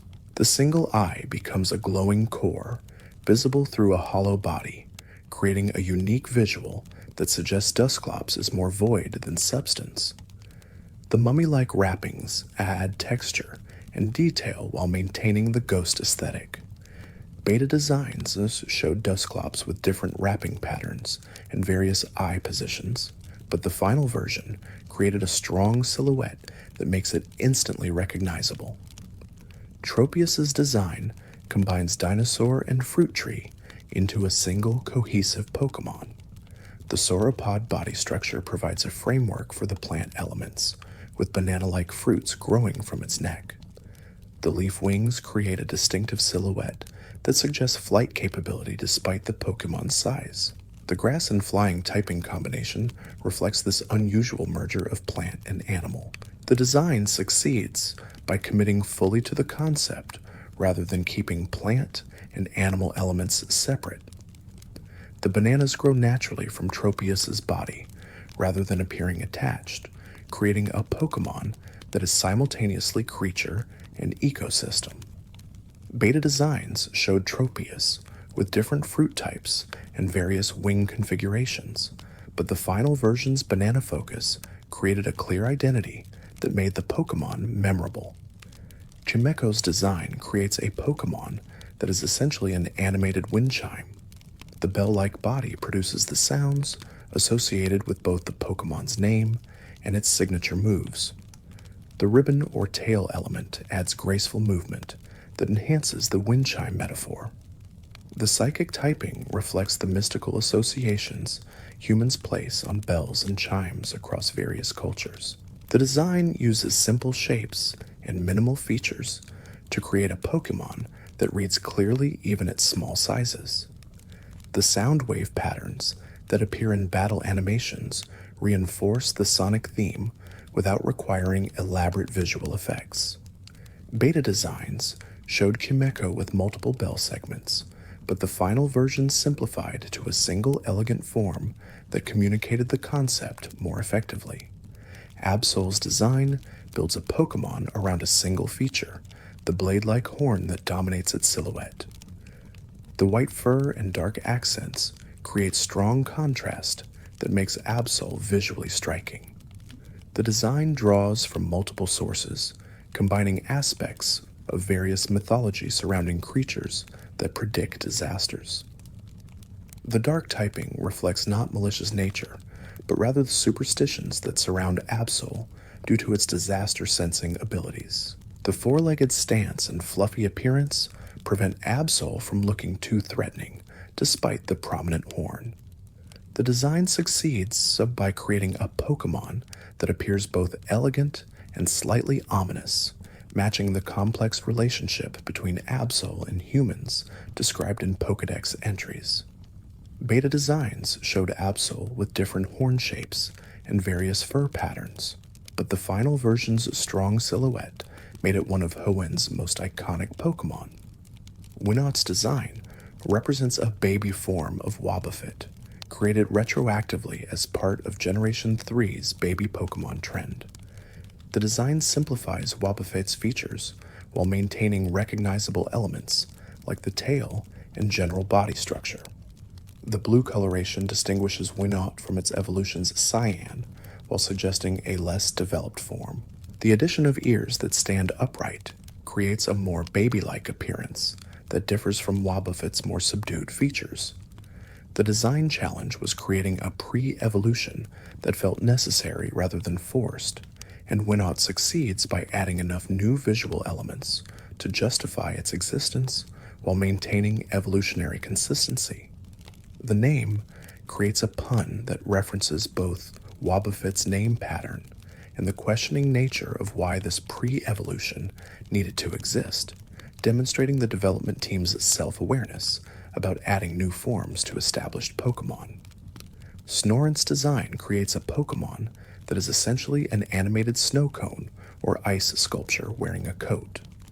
The triangular body and minimal features give Snorunt a simple, iconic silhouette. The ice typing is communicated through the white and blue coloring and the icicle-like elements that suggest frozen water. The coat provides personality and helps Snorunt feel like a character rather than just a geometric shape. The design succeeds through its simplicity, creating a Pokémon that is immediately recognizable and appeals to players through its cute appearance. Glali's evolution transforms Snorunt into a floating head with a more aggressive appearance, representing a complete departure from the coat-wearing design. The spherical head and horns create a demonic appearance that contrasts sharply with Snorunt's cuteness. Frozless's alternative evolution maintains the coat element, but adds a more feminine and ghostly appearance, creating a branching evolution that offers dramatically different design directions. Beta designs showed different evolutionary paths for Snorunt, with some early concepts showing a third evolution that was eventually cut. Spheel's design creates a Pokémon that embraces roundness completely, with a body that is essentially a ball with minimal appendages. The seal inspiration is clear, with features that reference real seal pups. The ice and water typing reflects Spheel's Arctic habitat. The clapping animation shows Spheal using its small flippers, creating a charming detail that adds personality. The gradient coloring from white to blue creates depth despite the simple shape. Cielio's evolution maintains the round body while adding more features and size, creating an intermediate form that bridges Spheal and Walrein. The whiskers become more prominent, suggesting increased sensory capability. Walrein's final form completes the transformation into a massive walrus-like Pokémon with prominent tusks and an imposing presence. The design successfully takes the cute seal pup concept and transforms it through evolution into something powerful without losing the aquatic mammal identity that ties all three forms together. Clamperl's design creates a Pokémon that is essentially a pearl inside a clamshell, with the shell serving as both protection and a defining visual element. The blue shell color distinguishes Clamperl from real clams while maintaining recognizable anatomy. The branching evolution into Huntail and Gorbis represents deep-sea adaptations, with dramatically different forms emerging from the same simple starting point. Huntail's serpentine body and aggressive appearance suggest a Pokémon adapted for hunting in dark waters, while Gorbis's more elegant design implies a different survival strategy. The designs diverge completely from Clamperl's protective shell concept, suggesting that evolution unlocks mobility by abandoning the defensive shell. Beta designs show different variations of all three forms, with some concepts showing Clamperl's evolutions maintaining shell elements, but the final versions made dramatic changes that create more interesting evolutionary paths. Relicanth's design reconstructs a coelacanth that is a prehistoric fish that exists today, virtually unchanged from fossil records. The rock and water typing reflects this living fossil status, combining ancient rock association with current aquatic habitat. The design stays relatively faithful to the real fish's appearance, while adding enough stylization to fit Pokémon aesthetics. The brown and gray coloring suggests age and stone-like qualities that reinforce the living fossil concept. The eyes and facial features are simplified from real coelacanths, but maintain enough accuracy to keep the design grounded in its biological inspiration. Beta designs experimented with different rock element integrations, including versions where Relicanth's scales were clearly stone, but the final version kept the rock typing subtle and implied through coloring rather than obvious geological features. Luvdisca's design creates a Pokémon that is simply a heart-shaped fish, embracing an extremely literal interpretation of its love-themed identity. The pink coloring and minimal features make Luvdisc instantly recognizable and clearly communicates its romantic associations. The design succeeds through absolute commitment to the concept, avoiding any features that might complicate the pure heart shape.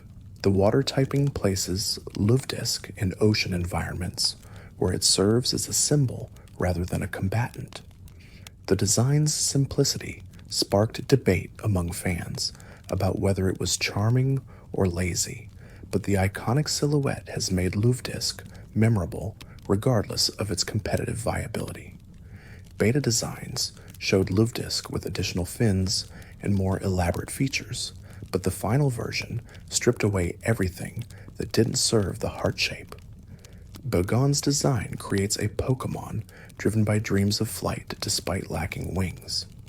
The skull-like head serves both as protection and as a battering ram for Bogon's headbutting behavior.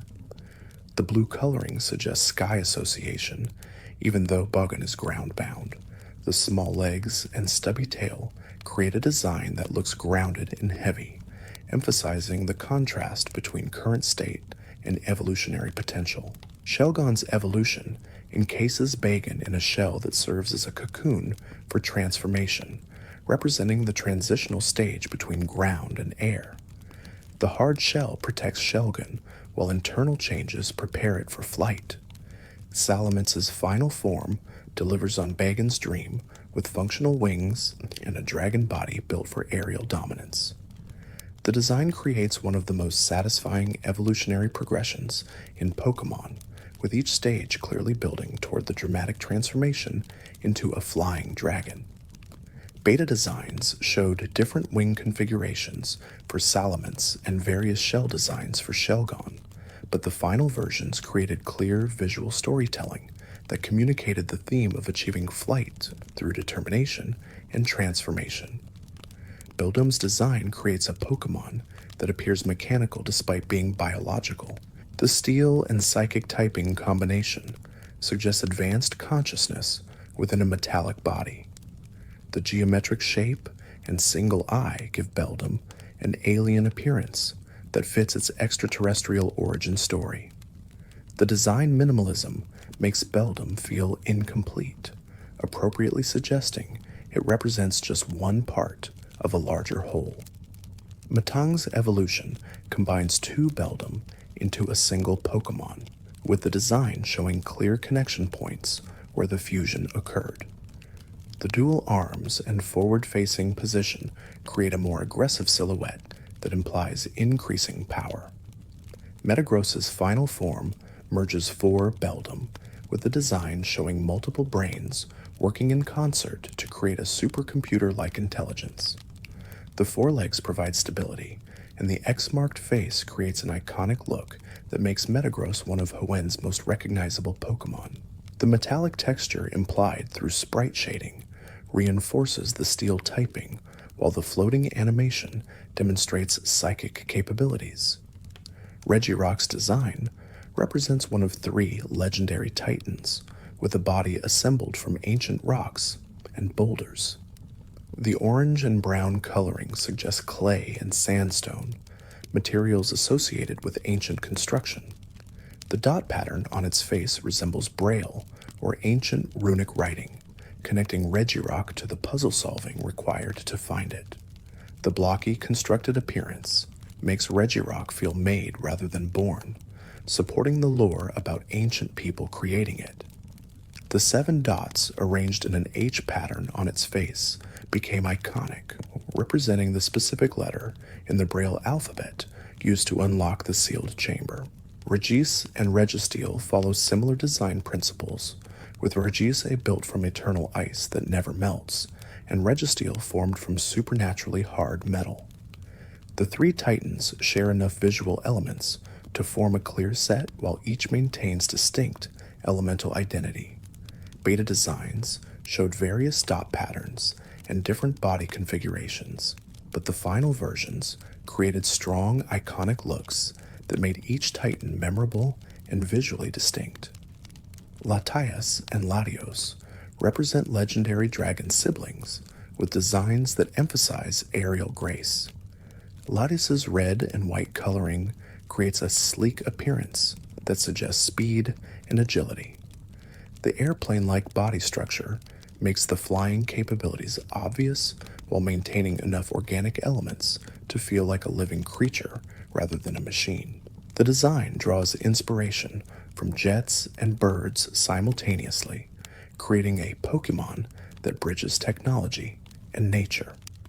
Latios's blue coloring distinguishes it from Latias, while maintaining the same overall body structure that identifies them as related. The designs intentionally avoid traditional dragon features, like wings made of membrane or scaly bodies, instead creating smooth, aerodynamic forms that emphasize speed over power. The psychic and dragon typing combination reflects their mystical nature and their role as guardians in Hoenn lore. Beta designs showed more elaborate details and patterns on both Pokémon, but the final versions simplified to clean lines that emphasize the jet-like sleekness. Kyogre's design creates a legendary Pokémon that embodies the ocean itself.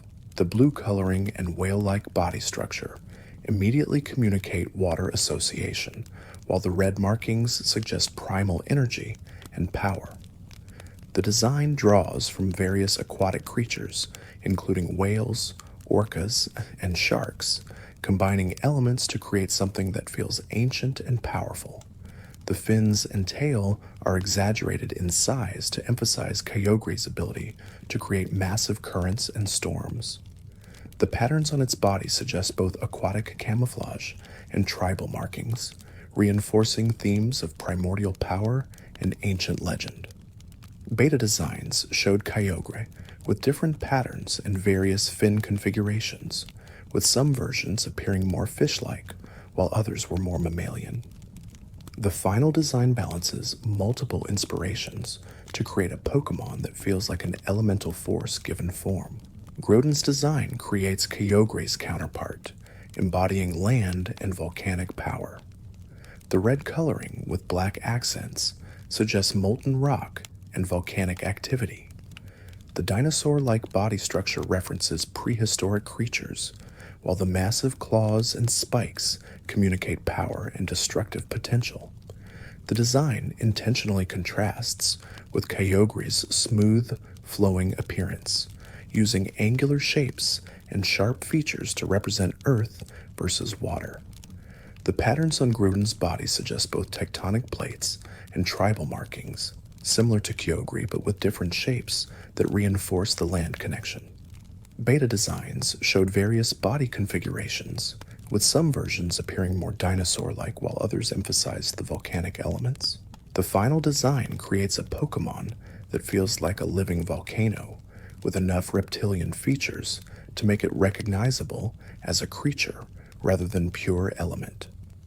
Rayquaza's design creates a legendary Pokémon that mediates between Kyogre and Groudon, with a serpentine dragon body that emphasizes its role as sky deity. The green coloring distinguishes it from the red and blue of the other legendaries, while suggesting vegetation and life that depends on balance between land and sea. The design draws heavily from Eastern dragon mythology, with a long segmented body and flowing appendages that create graceful movement patterns. The yellow accents on Rayquaza's body highlight key features and create visual interest against the green base. The design successfully communicates power without aggression, creating a Pokémon that feels wise and ancient rather than simply destructive. Beta designs show different body segments and various head configurations, with some versions having more elaborate decorations or different patterns. The final design balanced detail with clarity, creating a silhouette that remains recognizable even in motion. Jirachi's design creates a mythical Pokémon built around the wish-granting concept. The star-shaped body with ribbon-like appendages creates a design that immediately suggests celestial origins. The yellow and white coloring reinforces the star connection, while the third eye on its belly adds a mystical element. The design draws from both astronomy and mythology, creating a Pokémon that feels like a fallen star granted consciousness. The sleeping pose used in promotional materials, and the movie connects Jirachi to its lore about awakening once every 1,000 years.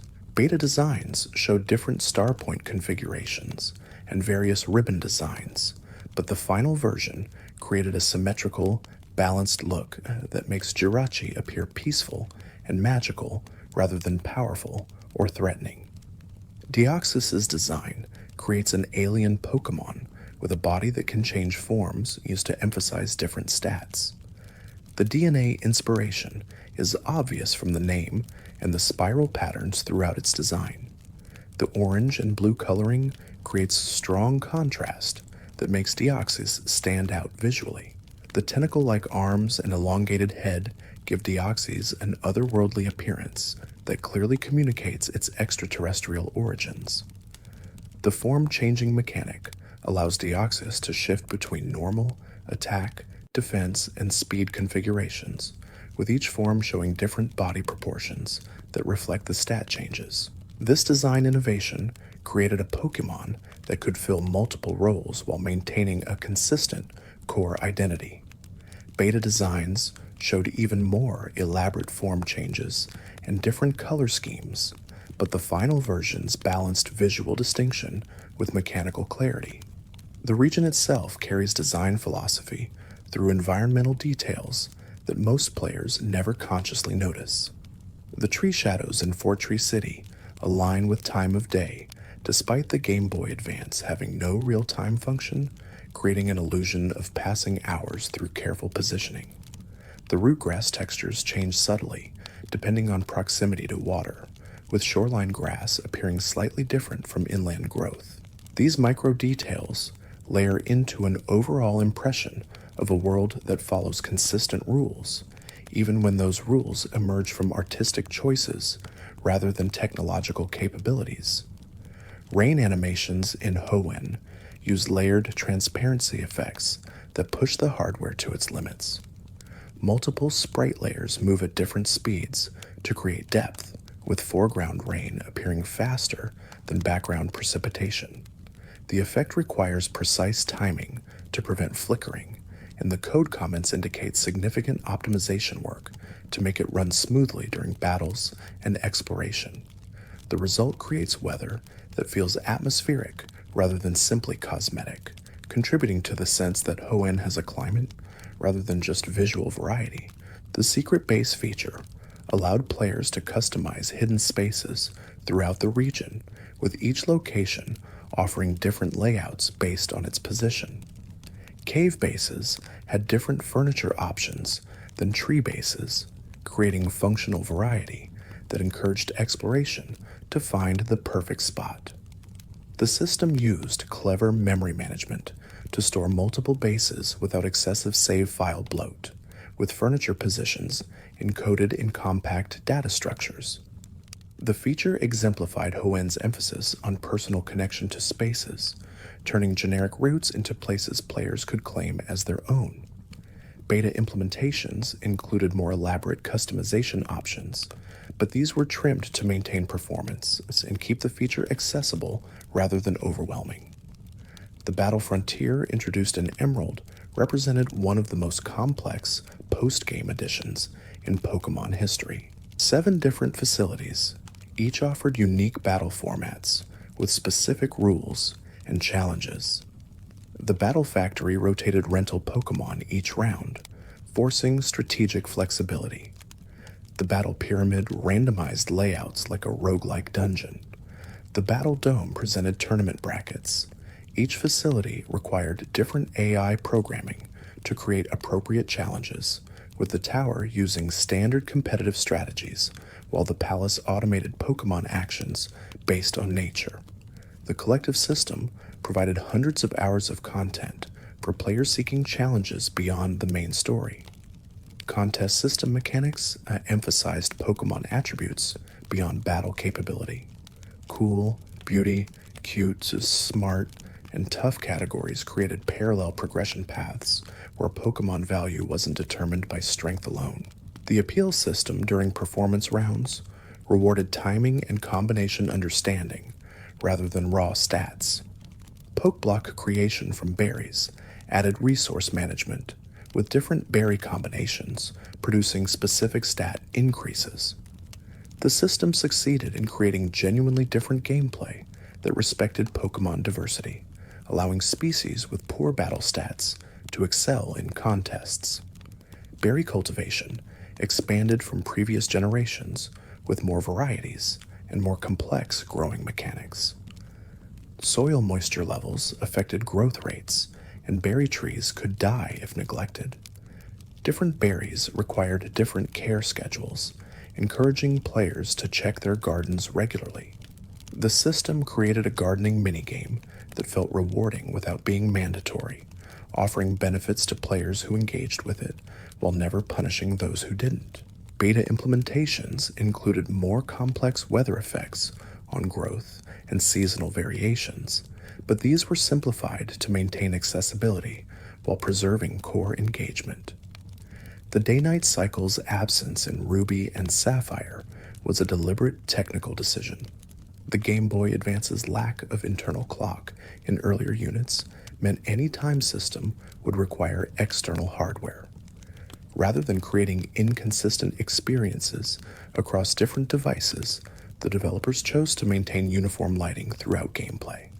Emerald later added basic time tracking through a different approach, but the initial game's static lighting created a consistent aesthetic that some players preferred. The decision demonstrates how technical limitations sometimes produce unified artistic visions rather than compromises. Double battles became a standard feature in Generation 3, requiring new AI programming and balance considerations. Having two Pokémon active simultaneously created complex interaction possibilities that single battles couldn't match.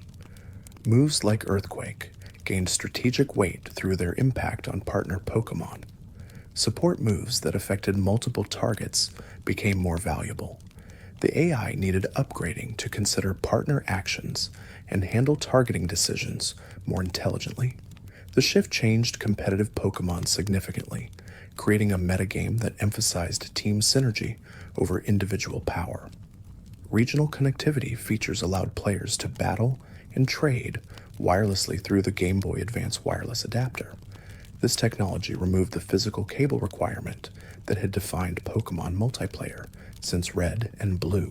The new wireless system made competitive play more accessible at organized events where dozens of players gathered. Data transmission protocols were optimized to minimize latency during battles, with careful programming ensuring move selections synchronized properly across devices.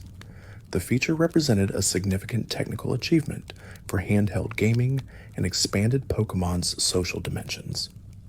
The Ruins Maniac Tunnel connected to Desert Ruins through a progression system tied to catching Unhurried.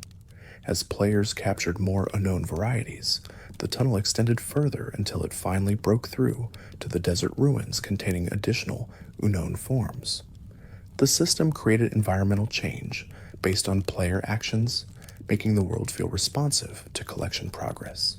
The implementation used flag checks tied to Pokédex completion, with the tunnel's visible length updating when players visited the route. This dynamic geography demonstrated creative uses of limited memory to create the impression of a living, changing region. Phoebus's unique encounter system required fishing in specific tiles on Route 119 that changed based on the trendy phrase in Dewford Town. This elaborate system created one of Pokémon's most frustrating yet memorable rare encounters. Only 6 tiles on the entire route contained Phoebus, and those tiles shifted whenever players changed the trendy phrase.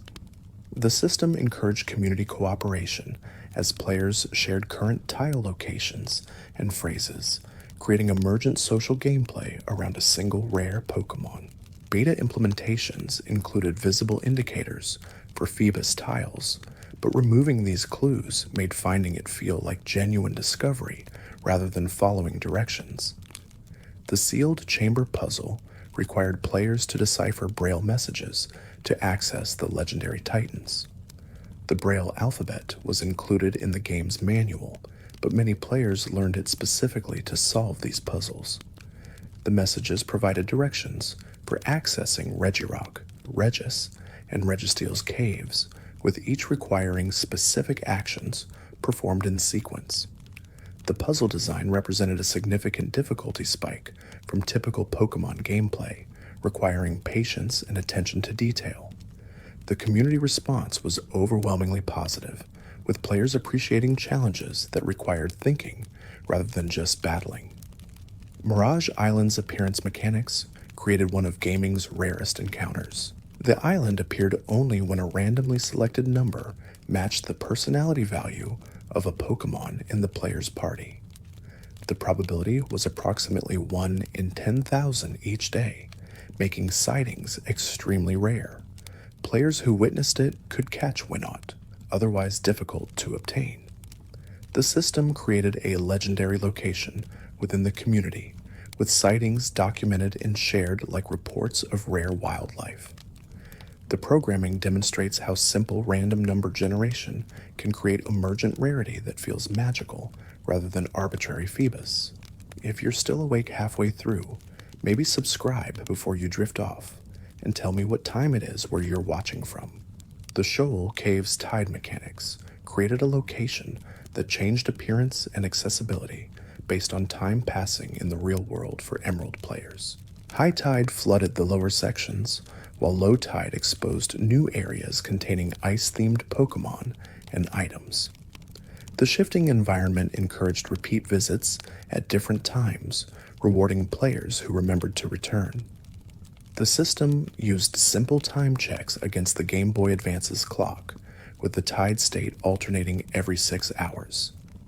This created a location that felt alive, changing according to its own rhythms rather than player actions. Diving introduced underwater exploration as a core mechanic, with entire sections of routes accessible only beneath the surface. The visual transition from surface to underwater used palette swaps and sprite changes to create distinct environments without requiring separate map data. Underwater areas contained exclusive Pokémon, hidden items, and pathways that connected distant locations. The feature expanded Hoenn's vertical dimension, making the ocean feel three-dimensional, despite technical limitations. Beta implementations included more elaborate underwater locations, but the final version balanced exploration rewards with development resources. The abandoned ship required HM dive to access most of its interior, creating a dungeon that combined underwater navigation with traditional exploration. The ship's flooded rooms created a unique aesthetic that differentiated it from other water-themed locations. The scanner item found within led to trades for evolutionary items, creating a reward chain that encouraged thorough exploration. The location felt genuinely abandoned, with sparse NPC presence and environmental storytelling through item and furniture placement. Beta designs included more elaborate flooding mechanics and dynamic water levels, but the final version focused on creating atmosphere within technical constraints. Safari Zone mechanics in Hoenn's version remained similar to previous games, but with updated Pokémon selection and new layout. The step limit created time pressure that made rare encounters feel precious rather than guaranteed. The bait and rock system added depth to capture attempts, though its effectiveness remained somewhat mysterious to players. The zone contained several Pokémon unavailable elsewhere in Hoenn, making it a required stop for Pokédex completion. Beta implementations experimented with different zone layouts and varied Pokémon availability based on time or weather, but these features were simplified for the final release. The Battle Tower provided unlimited battle challenges, with increasing difficulty through a point system. Trainers at higher levels used competitive strategies and well-built teams that rivaled human opponents. The AI scaling demonstrated sophisticated programming that made it feel like battling real competitors. Rental Pokémon options allowed players without fully trained teams to participate, democratizing access to competitive-style battles. The feature represented Hoenn's commitment to post-game content that respected player time investment while remaining accessible to casual players. Move tutors scattered throughout Hoenn taught exclusive moves that weren't available through natural level up or TMs. These NPCs created treasure hunt goals as players explored regions looking for specific tutors. The moves offered ranged from competitively valuable to situationally useful, giving different Pokémon new options that expanded their viability. The system required item trades or battle point expenditures, creating resource management decisions about which Pokémon deserved limited tutor moves. Beta implementations included more tutors, teaching more moves, but the final version curated the selection to maintain special move exclusivity. Trick House challenges provided progressive puzzle sequences that unlocked as players obtained gym badges. Each room presented different mechanics, from trainer gauntlet to invisible maze navigation. Completing challenges rewarded rare items and provided distraction from main story progression. The location felt personal, with the Trickmaster character creating a sense of ongoing relationship as players returned multiple times. The puzzles demonstrated creative uses of game mechanics to create challenges beyond standard battles. Weather teams became viable competitive strategies through abilities like drizzle and drought that automatically set weather conditions. These abilities still belong to legendary Pokemon, creating powerful strategies centered around weather effects. Rain boosted water moves and enabled swift swim ability, while sun boosted fire moves and enabled chlorophyll. A sand stream and snow warning created similar strategies for rock and ice types. The weather system added strategic depth that rewarded team building beyond simply selecting strong Pokemon. Competitive play diversified as players built teams around weather conditions, creating distinct archetypes that defined the Generation 3 metagame. Abilities themselves represented Generation 3's most significant mechanical innovation. Each Pokemon gained one of several possible abilities that provided passive effects or modified move interactions. Some abilities were purely beneficial, like Intimidate lowering opponent attack, while others, like Truant, imposed significant drawbacks. The system added a new dimension to Pokemon identity, with species previously similar now differentiated through abilities.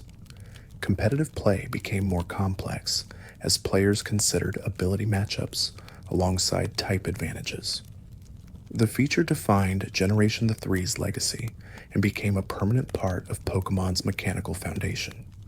Nature's added personality-driven stat variations to individual Pokemon, with each nature boosting one stat while reducing another. The system created meaningful differences between Pokemon of the same species without requiring extensive breeding. Competitive players bred for optimal natures, while casual players appreciated the added character implied by natures like jolly or timid. The feature added depth to team building and created trading value differences between Pokemon with identical species and levels. Beta implementations included more complex personality systems with additional behavioral flags, but these were simplified to the 25 nature system that launched. EV training mechanics became more transparent in Generation 3, with in-game characters explaining the system and vitamins available for direct EV increases. The optimization puzzle of maximizing specific stats through careful battle selection created a metagame that hardcore players embraced. Training spots known for specific EV yields became community knowledge, with players sharing optimal grinding locations. The system rewarded knowledge and patience, while remaining completely optional for casual players. This dual-layer design philosophy defined Hoenn, creating a region accessible to children while offering depth that competitive adults appreciated. The Pokemon Box Ruby and Sapphire storage system for GameCube provided expanded storage capacity and special move distributions. The application demonstrated Nintendo's push for connectivity between consoles and handhelds. Players could store thousands of Pokemon beyond the limited box space on cartridges. Special promotional Pokemon like Zigzagoon with exclusive moves were distributed through the application, creating incentives for adoption. The feature represented early attempts at unified Pokemon ecosystems across hardware platforms. Regional Pokédex completion became a more manageable goal separate from national Pokédex completion. This two-tier system acknowledged that completing all Pokemon was overwhelming for casual players, while maintaining it as a challenge for dedicated fans. The regional decks included only Pokemon available in Hoenn, making completion possible without trading across generations. National decks unlocked after Elite Four completion, revealing Pokemon from previous regions and enabling transfers from older games. The system balanced accessibility with completionist content effectively. Wireless adapter support added later in the generation enabled easier multiplayer without cable requirements. Trading and battling became more convenient at events where cables were impractical. The technology paved the way for future wireless implementations in later generations. Technical challenges included maintaining synchronized game states across wireless connections with more potential for interference than cables. The feature succeeded despite occasional connectivity hiccups, demonstrating that Pokemon's multiplayer future would prioritize wireless convenience. The Elite Four's rematches in Emerald increased team levels and Pokemon variety, creating more substantial post-game challenges. Sydney, Phoebe, Glacia, and Drake returned with evolved strategies and fuller teams. The champion battle against Wallace instead of Steven differentiated Emerald from Ruby and Sapphire while honoring Wallace's importance in the anime. The increased difficulty forced players to optimize teams and strategies beyond what the main story required. This design respected player growth, acknowledging that post-game content should challenge improved skills rather than simply adding more battles at the same difficulty. Steven's wandering encounters, after becoming champion, created a recurring NPC who provided rare items and eventually offered a final battle. His presence throughout the region made him feel like a character rather than just a final boss. The Beldum gift he provided became many players' first pseudo-legendary Pokemon, introducing them to this powerful species category.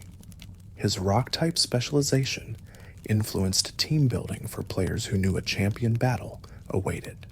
The character design succeeded in creating a memorable rival who felt like an equal rather than an adversary. Wallace's contest master role in Ruby and Sapphire contrasted with his champion status in Emerald, demonstrating character flexibility across versions. His elegant aesthetic and water-type specialization made him distinct from previous champions. The Sootopolis Gym backdrop provided dramatic staging for his champion battle. His team's rain-based strategy showcased weather mechanics at high levels. The character exemplified Hoenn's theme of harmony between beauty and strength, excelling in both contests and battles. The region's mythology integrated into gameplay through encounters with Groudon and Kyogre. These weren't optional legendary encounters, but mandatory story moments where player actions determined outcomes. The narrative weight given to these Pokemon elevated them beyond rare captures into genuine world-shaping forces. The weather chaos they caused visibly affected the region, with harsh sunlight or heavy rain depending on version. This integration of legend into present events created stakes higher than typical Pokemon plots, where ancient evils needed modern heroes to restore balance. Rayquaza's role as sky deity, mediating between land and sea, provided narrative resolution that honored both legendaries while introducing a third force. The Sky Pillar climb to reach Rayquaza created a final challenge before the legendary encounter. The design ensured players earned their legendary through progression rather than simply stumbling onto it. The weather-clearing moment, where Rayquaza descends, provided a powerful story beat that made players feel genuinely heroic. The legendary trio's interactions created a mythology that felt complete, rather than simply providing strong Pokemon to catch. The meteorite in Fowlerber Town connected to Hoenn's space theme through references to ancient impacts and ongoing cosmic events. The museum display provided lore about the region's geological history, suggesting that ancient asteroid impacts shaped current landscapes. This environmental storytelling created depth that players could miss if they rushed through locations without reading NPC dialogue. The detail exemplified Game Freak's commitment to building a world that rewarded curiosity and attention to environmental clues about history and formation. The space program in Moss Deep City acknowledged humanity's technological advancement within Pokemon's world. The presence of scientists researching rocketry and astronomy grounded the fantasy in a version of reality where human achievement coexisted with Pokemon mysteries. The launches mentioned by NPCs created a sense of ongoing events beyond player actions. The city's aesthetic emphasized research and discovery, distinguishing it from typical Pokemon towns. This setting provided context for Deoxys's eventual appearance, establishing that space exploration made first contact with extraterrestrial Pokémon possible. Seasonal berry growth cycles created resource management gameplay that rewarded regular check-ins. Different berries matured at different rates, encouraging strategic planting based on intended use. The system never felt mandatory, but provided significant advantages to players who engaged with it. Berry-based Pokeblock creation for contests made berry farming feel valuable rather than purely cosmetic. The gentle progression from occasional berry picking to optimized farming gardens demonstrated how optional systems could deepen engagement without creating pressure. The Trickmaster's personality and progressive challenges created one of Hoenn's most distinctive recurring characters. His challenges never repeated, with each room offering new mechanics to master. The rewards scaled appropriately with challenge difficulty, providing meaningful items rather than token prizes. The character himself remained mysterious, with his identity and motivations never fully explained. This restraint made him more memorable than full backstory exposition might have, allowing players to imagine their own explanations for his puzzle obsession and elaborate facilities. Missant Pyre's cemetery atmosphere created one of Hoenn's most solemn locations. The memorial to deceased Pokémon acknowledged the reality of loss within Pokémon's world, treating death with appropriate gravity rather than avoiding it. The red and blue orbs obtained here connected to the legendary plot, making this location crucial to story progression. The ghost Pokémon encounters and ghostly trainers reinforced the location's connection to spiritual themes. The mountain served multiple functions: atmosphere piece, story location, and training ground for ghost-type encounters. Lily Cove Department Store's scale made it the premier shopping location, with multiple floors offering different item categories. The rooftop sales events and special promotions created reasons to revisit beyond one-time purchases. The vending machine prizes added luck-based shopping alongside standard purchases. The store felt alive with NPCs browsing and discussing items, creating the impression of a functioning economy. This attention to commercial spaces grounded Hoenn in a recognizable world where Pokémon training existed alongside ordinary life. Contest halls in major cities created performance venues that rivaled gym importance for players pursuing contest stars. The master rank competitions felt genuinely challenging, requiring optimized Pokeblock stats and practiced appeal combinations. The NPCs competing alongside players had distinct strategies and Pokemon choices that encouraged adaptation. The crowd reactions and excitement bars added atmosphere that made performances feel like real events. The parallel progression path to prove that Pokemon could be about beauty and expression as much as strength and dominance. The dramatic terrain diversity from Route 119's rain to Route 111's desert to Route 113's volcanic ash created a region that felt geographically varied within a small space. Each environment hosted appropriate Pokemon and presented distinct navigation challenges. The ash collecting mechanic on Route 113 turned traversal into collection gameplay with glass flute rewards. The fast-flowing currents on certain routes required strategic navigation to reach all areas. This diversity prevented exploration from feeling repetitive despite dozens of routes spread across the region. Four Tree City's treetop architecture created a unique urban environment, showing how humans adapted to Pokemon-filled forests. The bridges connecting platforms demonstrated construction techniques specific to canopy living. The gym's wind-based puzzle matched the aerial city theme perfectly.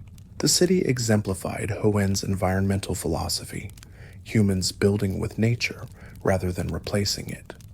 This harmony extended throughout the region's design, with most cities showing some integration with natural features, rather than clearing land completely for development. Pacific Log Town's floating architecture represented humanity's adaptation to Hoenn's ocean-dominated geography. The town drifted on currents according to NPC dialogue, never permanently anchored. The presence of a Pokemon Center and houses showed functioning communities existed even in impermanent locations. The town demonstrated that in Hoenn, humans found ways to live anywhere, adapting to circumstances rather than demanding environmental compliance. This flexibility mirrored Pokemon's own adaptability, suggesting humans and Pokemon succeeded in Hoenn through similar strategies. The Oceanic Museum in Slateport documented maritime history and displayed a submarine that connected to the Team Aqua plot. The exhibits provided context about Hoenn's naval traditions and ocean-based economy. The building's presence acknowledged that understanding Pokemon required understanding the environments they inhabited. The museum theft by Team Aqua during story progression made it more than a static location, involving it directly in plot events. This integration of educational venues into active story moments encouraged players to engage with lore rather than simply battle through required locations. Team Aqua and Team Magma's contrasting philosophies created a more nuanced villain dynamic than previous Pokemon games offered. Neither team was purely evil, each believing their environmental goals would improve the world.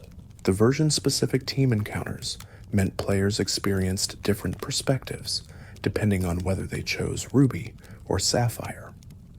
This narrative choice acknowledged that environmental issues rarely had clear villains, instead arising from conflicting visions of ideal worlds.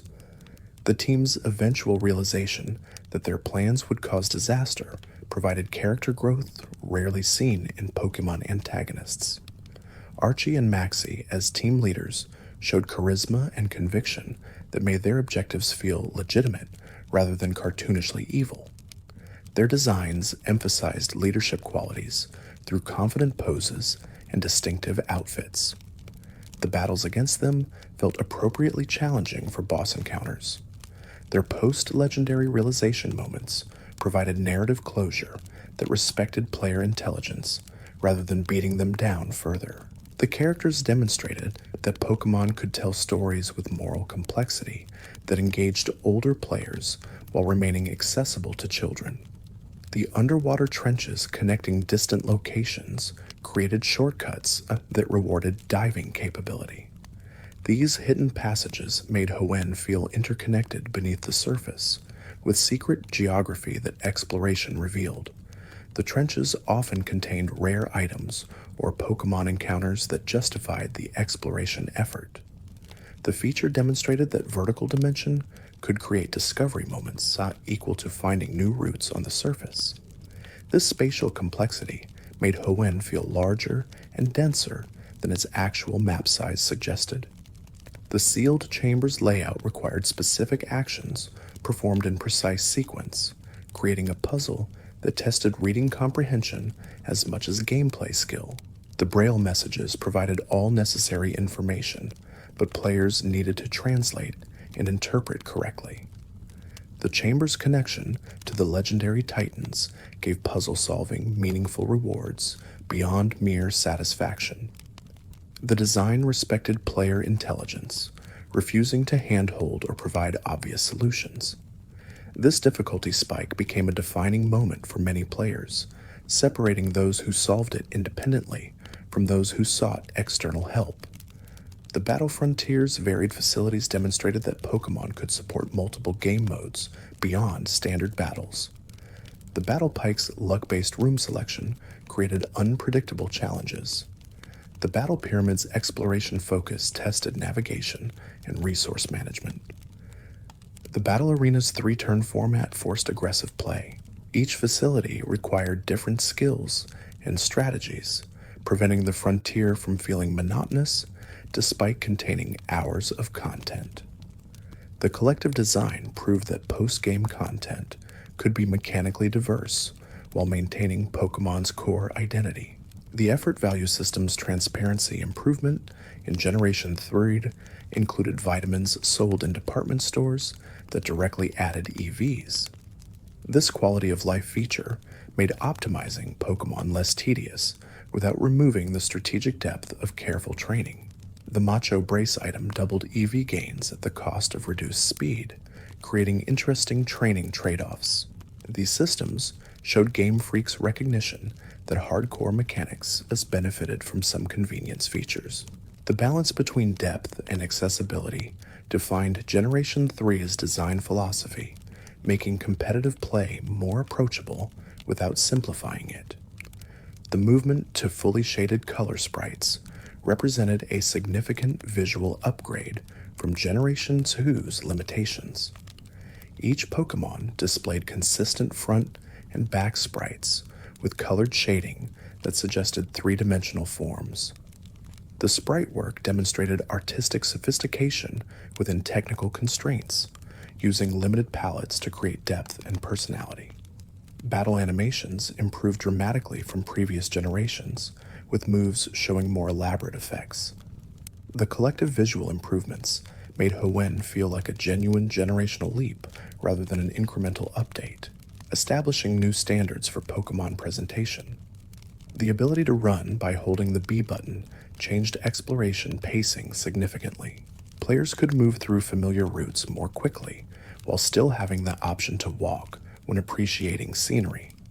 This simple feature showed how small quality-of-life improvements could dramatically enhance player experience. The running shoes became standard in all future generations, proving their value as a permanent addition to Pokemon's movement mechanics.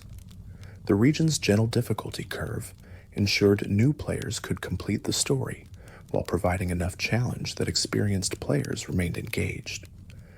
Gym leader levels scaled appropriately with expected progression points. The Elite Four presented genuine challenges without being unfairly difficult. Optional content, like the Battle Frontier, provided extreme challenges for players seeking them. This tiered difficulty approach made Hoenn accessible to the franchise's expanding age range, from children playing their first Pokemon game to adults who had been with the series since Red and Blue. The Pokemon Contest Spectacular's 5 categories ensured different Pokemon could succeed in different fields.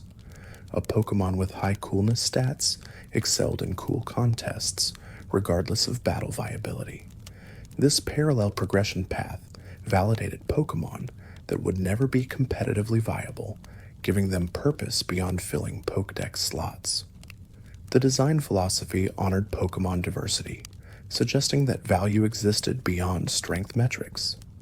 This thematic thread ran throughout Hoenn, reinforcing that harmony came from respecting different capabilities rather than enforcing singular definitions of worth. The migration of Pokemon between generations through Pal Park created permanent connections between Hoenn and previous regions. This forward compatibility ensured Pokemon caught in Hoenn could travel to future generations, maintaining their value beyond a single game. The technical challenges of transferring data across different hardware platforms required careful programming to prevent corruption or exploitation. The feature succeeded in creating a sense of continuity across the franchise's evolution, making each Pokemon a permanent companion rather than a temporary game element.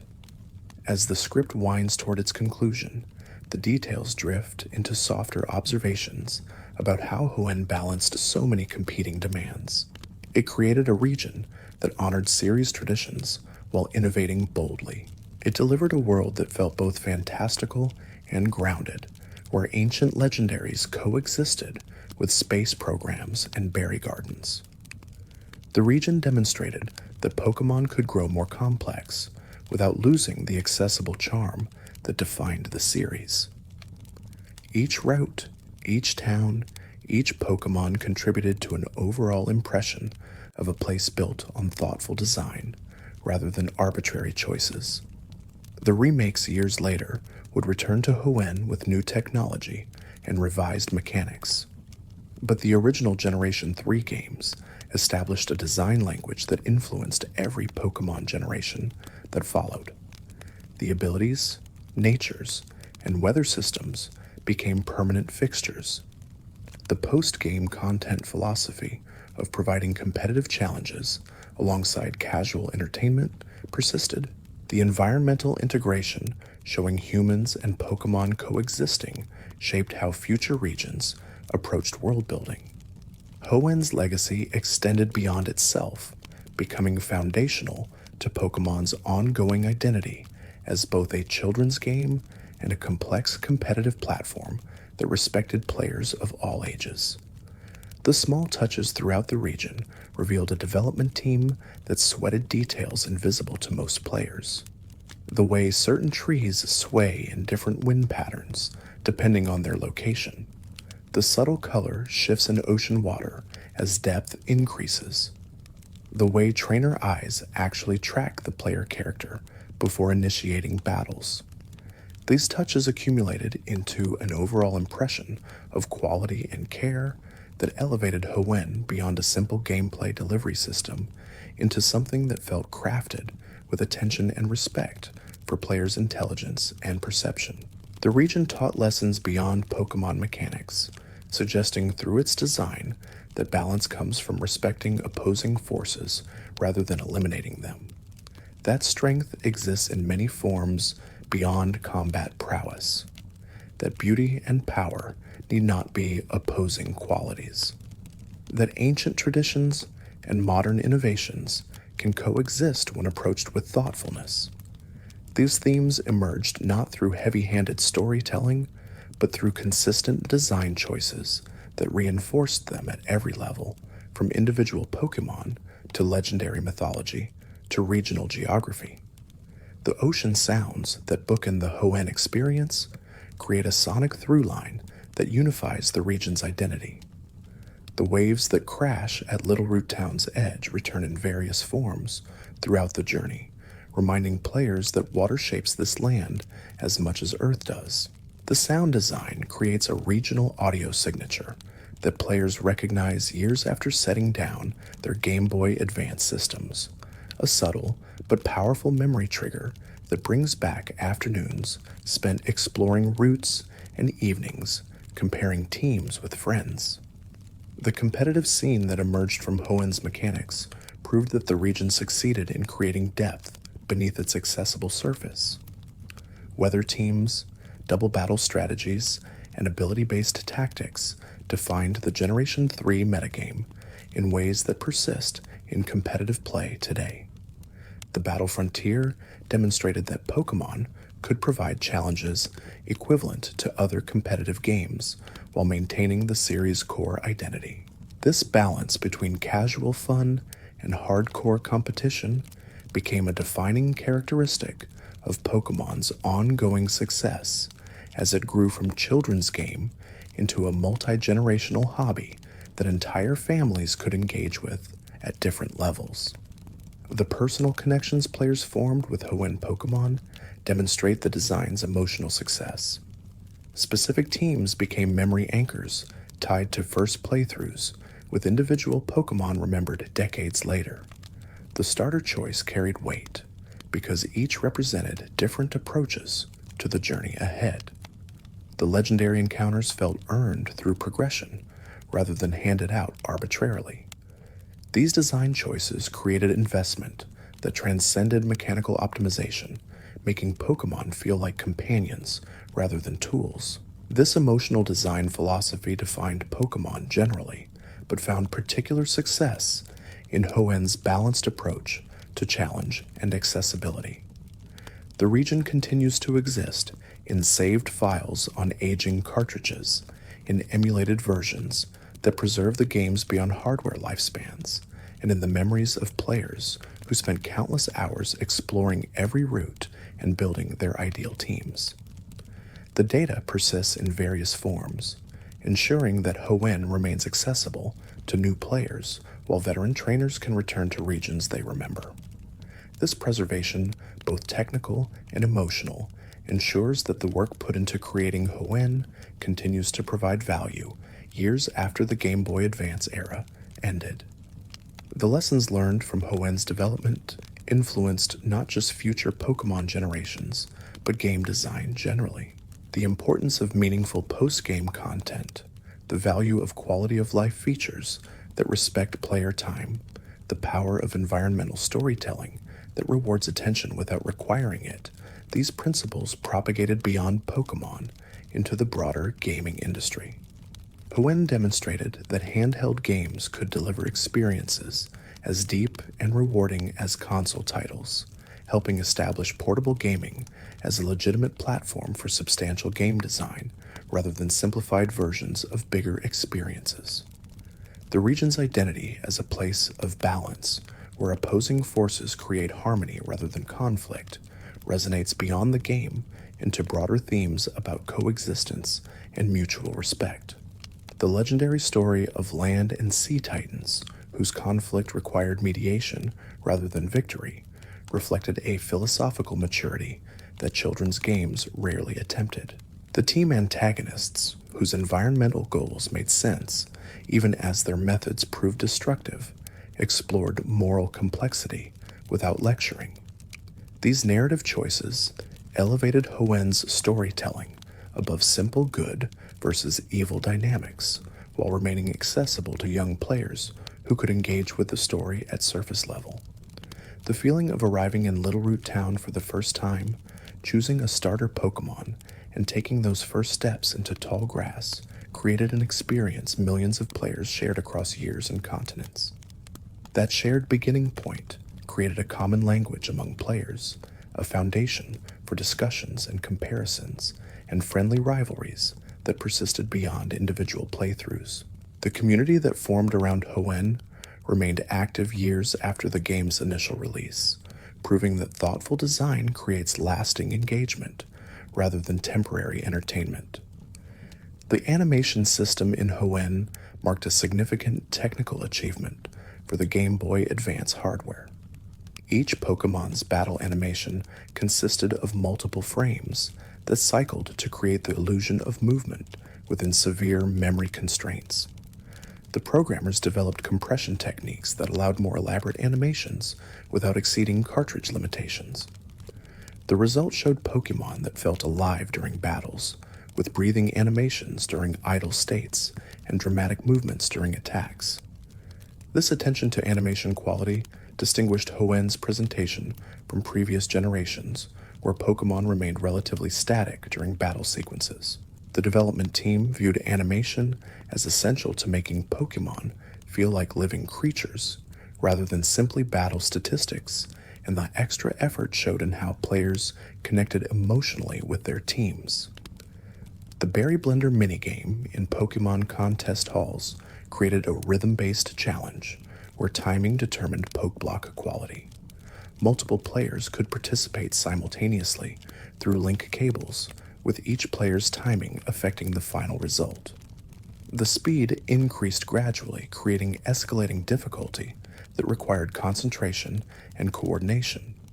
High-level Pokeblocks required near-perfect timing from all participants, encouraging cooperation rather than competition.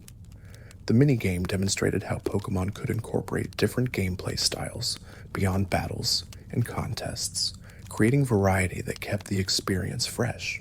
The social aspect of coordinating with friends to create perfect Pokeblocks added another layer to Hoenn's emphasis on connection and cooperation between trainers.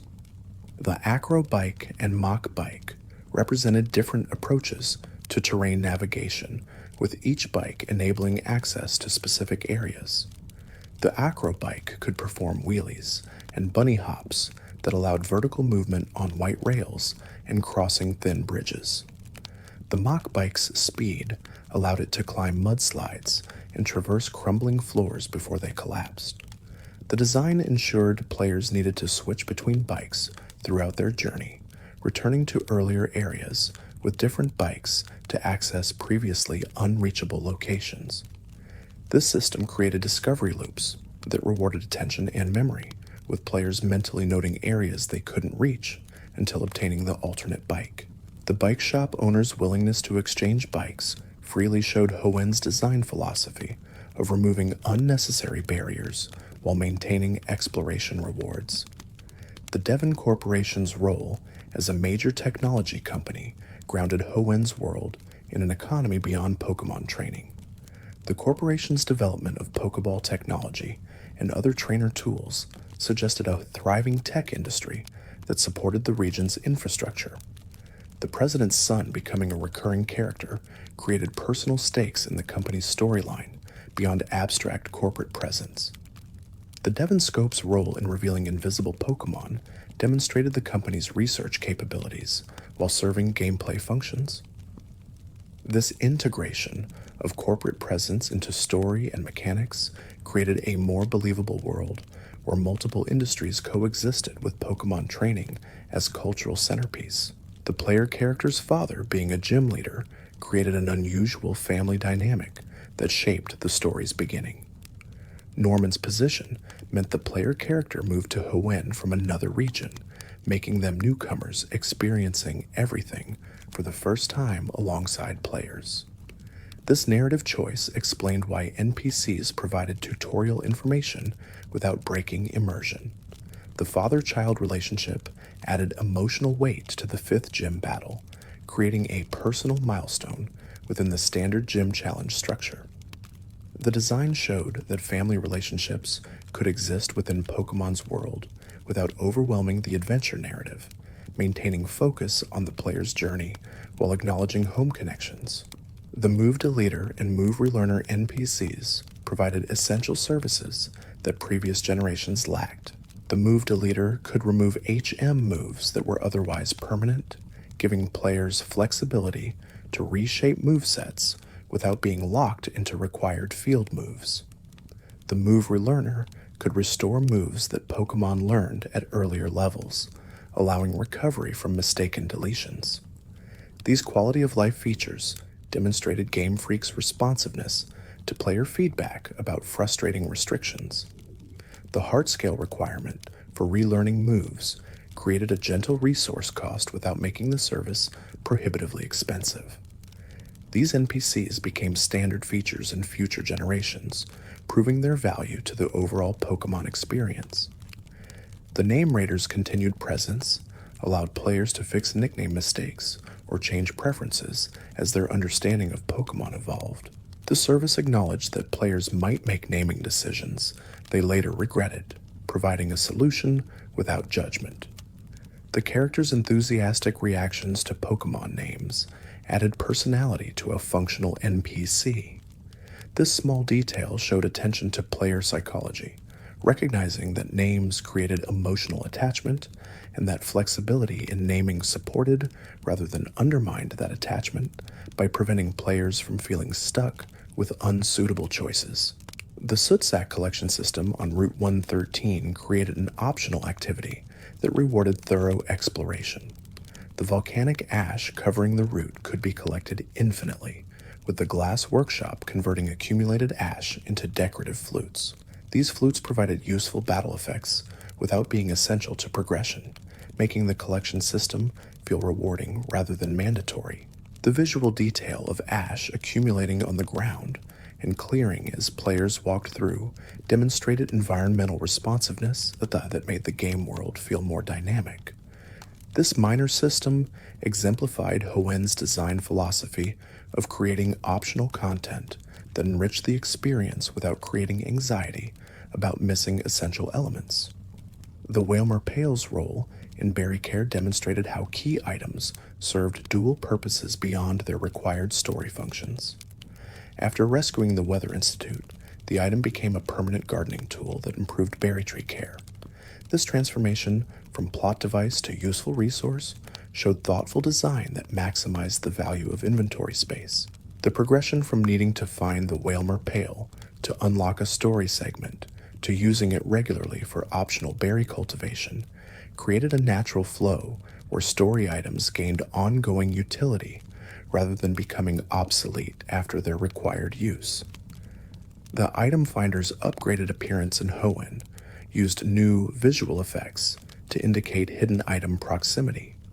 The device showed more frequent reactions as players approached hidden items, creating a hot-cold game that made searching feel interactive rather than random.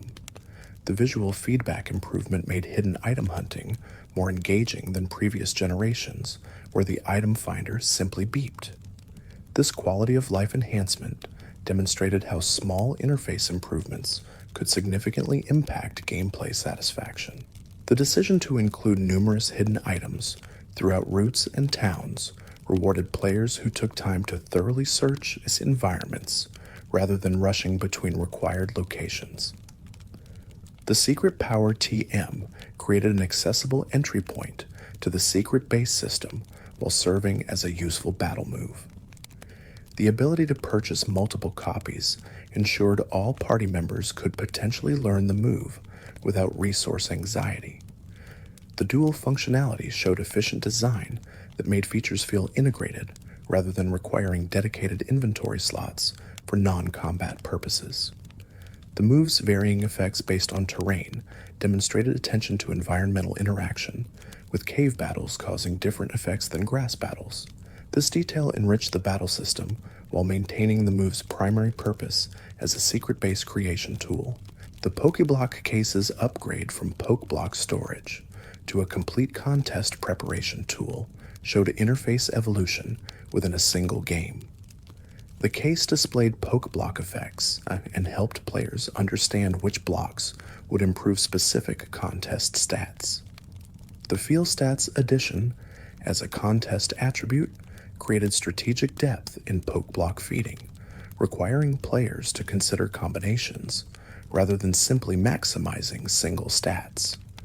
This system demonstrated that even seemingly simple mechanics like Pokemon treats could support complex optimization for players who wanted to engage deeply with contest content.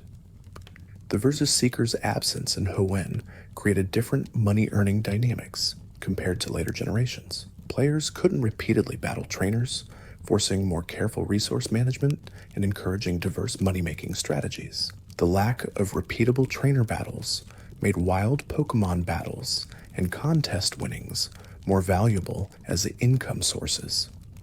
This design choice created a specific economic flow that shaped how players approached team building and item purchasing decisions.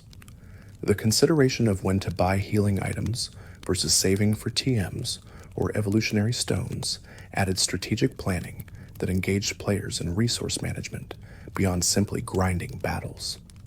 The battle tent locations provided scaled-down Battle Frontier experiences accessible before the post-game. These facilities introduced battle formats that would appear later in the Battle Frontier, familiarizing players with the rules before facing the full difficulty versions. The tents served as training grounds where mistakes carried lower stakes, allowing experimentation with strategies before committing to lengthy Battle Frontier challenges. This progression demonstrated thoughtful tutorial design that prepared players for advanced content without explicitly labeling it as tutorial material. The escalating challenge from Battle Tent to Battle Frontier created natural skill progression that rewarded improvement. The Mirage Tower's collapsing floor mechanic created time pressure in dungeon exploration. Taking too many steps caused floors to crumble, requiring players to find efficient paths to the summit. The fossil choice at the top rewarded successful navigation, while the tower's subsequent collapse prevented return visits. This one-time dungeon design created urgency that contrasted with most Pokemon locations' permanent accessibility. The mechanic taught players to observe patterns and plan routes rather than wandering randomly, developing spatial reasoning skills that applied to other navigation challenges throughout the region. The Desert Underpass's secret connection to a hidden area demonstrated how environmental clues could lead to discoveries. The suspicious rock formation that concealed the entrance rewarded players who investigated unusual visual details. The plate mail found within justified the exploration effort while teaching players to examine their surroundings carefully. This environmental storytelling approach created organic discovery moments where players felt clever for noticing details rather than following explicit instructions. The technique appeared throughout Hoenn, creating a region that rewarded curiosity and attention to environmental design. The Regipuzzle's requirement for specific Pokemon in specific party positions demonstrated how game design could create elaborate requirements without modern online resources. Players needed to decipher Braille messages that instructed them to play certain Pokemon types in certain party slots, then use specific moves. This multi-step process required reading comprehension, logical thinking, and strategic party composition. The payoff of accessing 3 legendary Pokemon justified the complex requirements while creating a challenge that felt genuinely rewarding to solve without assistance. The puzzle's notorious difficulty became a badge of honor for players who completed it through observation and deduction rather than external guides. The Wishing Star's function in Meteor Falls as a method for obtaining rare berries created an optional task that rewarded return visits.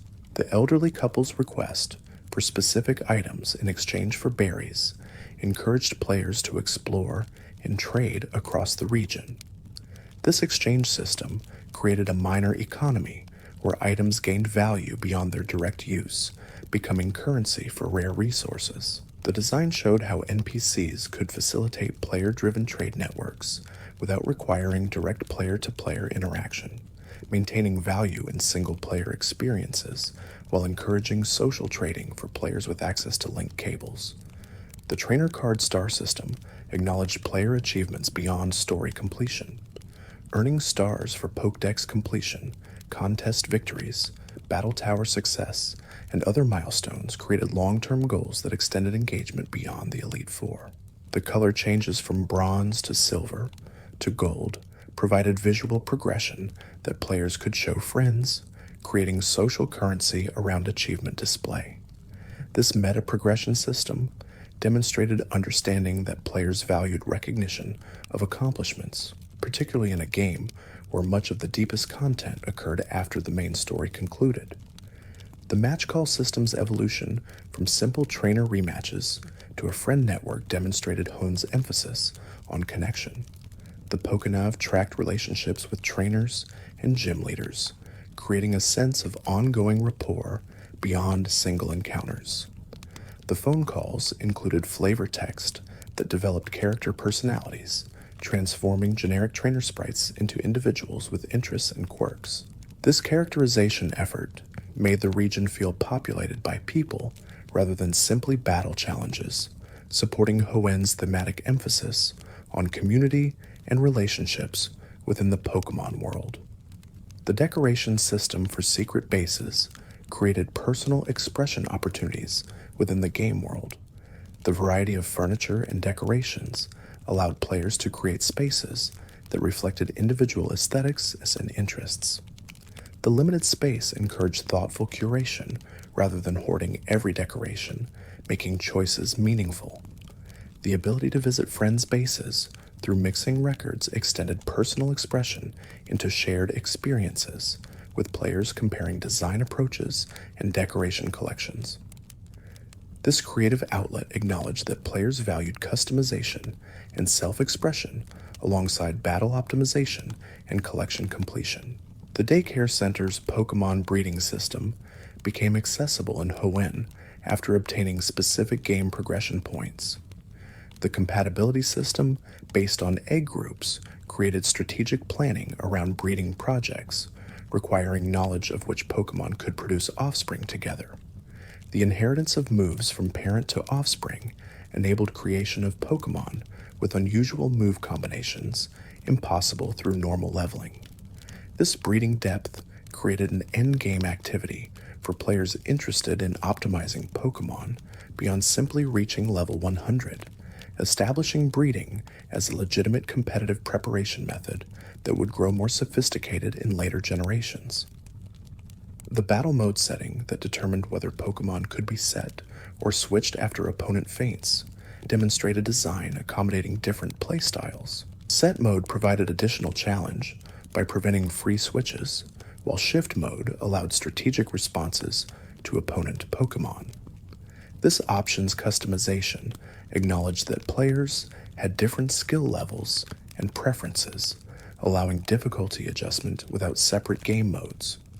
The feature respected player agency in defining their own experience, supporting both casual play that emphasized story and hardcore play that demanded strategic perfection. The text speed options and battle animation toggles showed responsiveness to player preferences in presentation pacing. Fast readers could accelerate dialogue without missing content, while those who enjoyed battle visuals could watch full animations. These simple toggles prevented the game from dictating pacing that might frustrate players with different reading speeds or animation preferences. The inclusion of these options demonstrated awareness that quality of life features supporting diverse player needs enhanced rather than diminished the experience, allowing customization without fragmenting the core game design. The Fame Checkers documentation of notable trainer achievements created lore depth for major characters.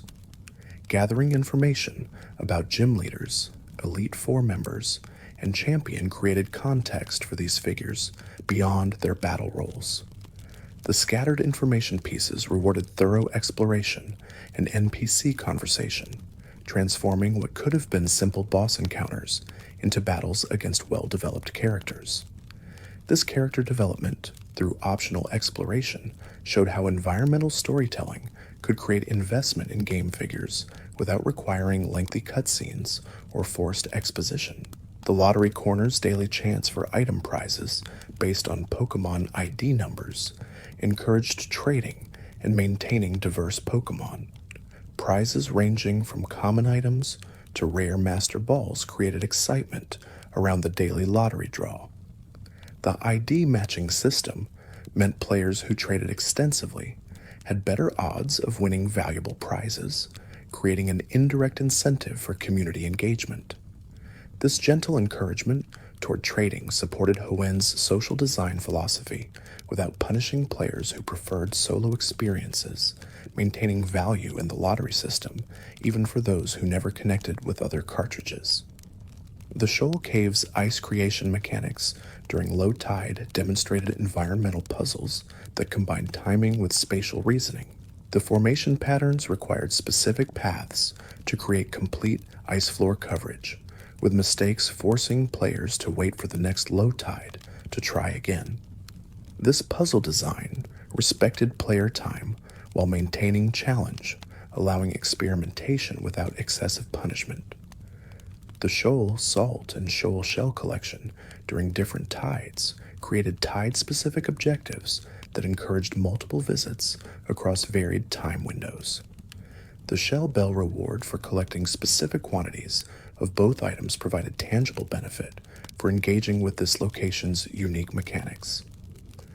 The Scorched Slab's hidden location, accessible only through specific entry timing, demonstrated how secrets could be layered within already complex navigation requirements.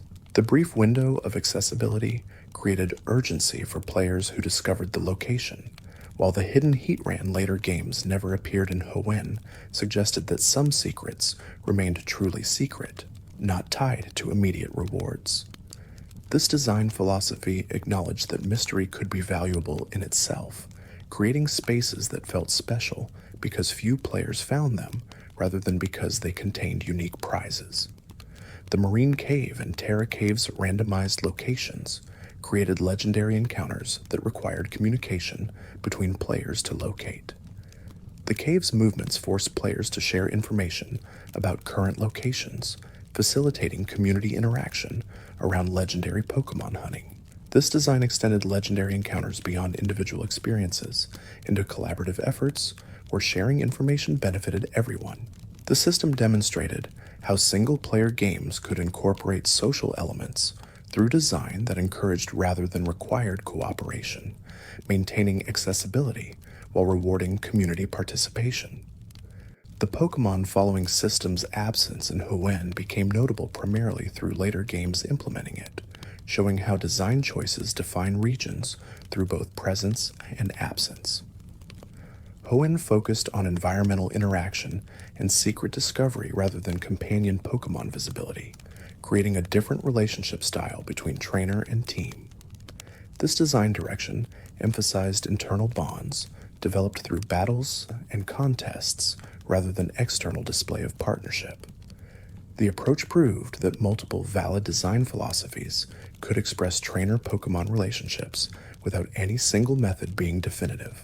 The region's encounter rate balancing created exploration pacing that avoided excessive battles while maintaining wild Pokémon presence.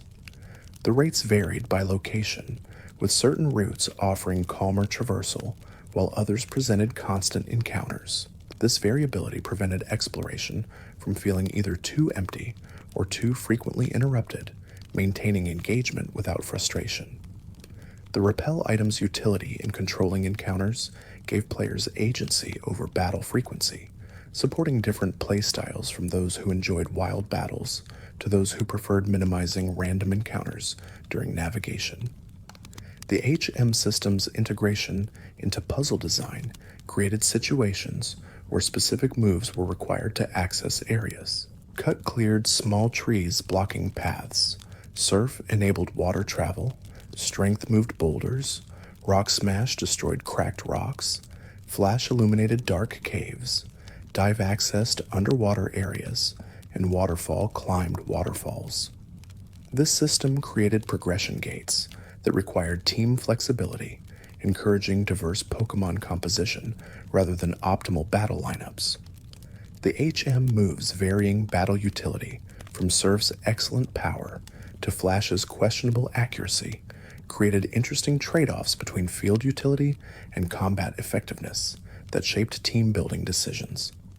The version-exclusive Pokémon created trading incentives, while ensuring each version offered complete experiences. Cedo and Lotad lines, Mawile and Sableye, Solrock and Lunatone, Zangoose and Seviper, and the legendary mascots Groudon and Kyogre differed between Ruby and Sapphire. These exclusives weren't so numerous that single-version players felt incomplete, but provided enough difference to encourage trading and make version choice meaningful. The design balanced collection incentives with individual version satisfaction, ensuring neither version felt like the incomplete half of a split game. The roaming Pokémon mechanic introduced in previous generations didn't appear in Hoenn's base games, creating different legendary encounter experiences. Legendaries remained in fixed locations rather than fleeing across routes, allowing players to prepare specifically for each encounter. This design respected player effort by ensuring legendary battles happened when players were ready rather than through random encounter luck. The stationary legendary approach became Hoenn's signature style, contrasting with other regions' roaming mechanics and demonstrating that multiple encounter design philosophies could coexist across the franchise. The battle point economy in Emerald's Battle Frontier created a currency earned through competitive success. Points accumulated through victories could be exchanged for rare items, exclusive moves, and valuable resources unavailable elsewhere. This economy gave competitive battling tangible rewards beyond personal satisfaction, creating progression that casual and hardcore players could both appreciate. The move tutors who accepted battle points taught moves that weren't available through any other method, ensuring that players who engaged with the battle frontier gained access to strategic options that expanded their competitive possibilities. The Trainer Tower Challenge in the Fire Red and Leaf Green games showed Game Freak's continued exploration of time trial battle concepts that would influence later Battle Frontier facilities. While not present in Hoenn itself, the design philosophy of timed challenges and efficiency testing aligned with Hoenn's Battle Frontier design approach. These interconnected design experiments across generations demonstrated how Game Freak tested concepts in multiple contexts before refining them into polished features, with successful experiments becoming permanent fixtures while others remained generation-specific experiments. The fossil revivalist in Devon Corporation provided access to ancient Pokémon through claw fossil or root fossil choices. The selection created permanent consequences that encouraged players to trade for the alternate fossil Pokémon or play through again with different choices. The revived Pokémon's rock typing reflected their fossilized state, while secondary typings represented their ancient living forms. This revival mechanic connected to Hoenn's themes of balance between ancient and modern, with technology enabling restoration of extinct species. The fossils' hiding places in desert and ocean floor locations supported lore about ancient Hoenn's geography before current land and sea configurations. The Pokemon Coliseum connectivity features allowed import of Hoenn Pokémon to GameCube battles, demonstrating Nintendo's push for cross-platform Pokemon ecosystems. The ability to battle with Hoenn teams in three-dimensional environments extended the region's Pokemon beyond Game Boy Advance limitations. The connectivity features encouraged players to engage with Pokemon across multiple platforms, expanding the franchise beyond handheld exclusivity. This integration strategy previewed later generations' more sophisticated connectivity features, establishing precedent for Pokemon existing across hardware boundaries. The Trick House's reward system, scaling with challenge completion, demonstrated progression design that maintained interest through increasingly valuable prizes. Early challenges offered basic items, while later puzzles rewarded rare evolutionary items and valuable battle resources. This scaling ensured the Trick House remained relevant throughout the journey rather than becoming obsolete after early completion. The character's personality and elaborate facility justified the escalating rewards, creating narrative consistency around why this single individual possessed such valuable items and was willing to distribute them to worthy challengers. The player character's bedroom customization using decorations created a personal space that reflected journey progress. The room started empty and filled with trophies and decorations earned through gameplay, creating a physical representation of achievements. This personalization feature acknowledged that players valued recognition of accomplishments through environmental changes that persisted in the game world. The bedroom served no mechanical purpose, but provided emotional satisfaction through visual representation of completed challenges and collected decorations. The television programs that changed based on player actions created responsive world building that rewarded attention. Programs about gym leader defeats or contest victories acknowledged player achievements through in-world media coverage. This detail made the player character feel important as within Hoenn's society, suggesting their journey was newsworthy and affected the region beyond personal progression. The feature demonstrated how small reactive elements could create immersion without requiring complex systems, using text variations to suggest a living world that noticed player actions. The Berry Master's Wife's daily phrase system created a word puzzle that rewarded paying attention to NPC dialogue throughout the region. Specific phrases heard from various NPCs could be repeated to the Berry Master's Wife for rare berry rewards. This system encouraged players to actually read dialogue rather than skipping through text, rewarding attention with valuable resources. The daily rotation prevented farming exploits while maintaining consistent reward opportunities for engaged players. The design showed how information gathering could be gamified without creating explicit fetch quests, integrating reward systems into natural exploration and conversation. The regional Pokédex's organization by habitat rather than national number created a collection system that emphasized ecological thinking.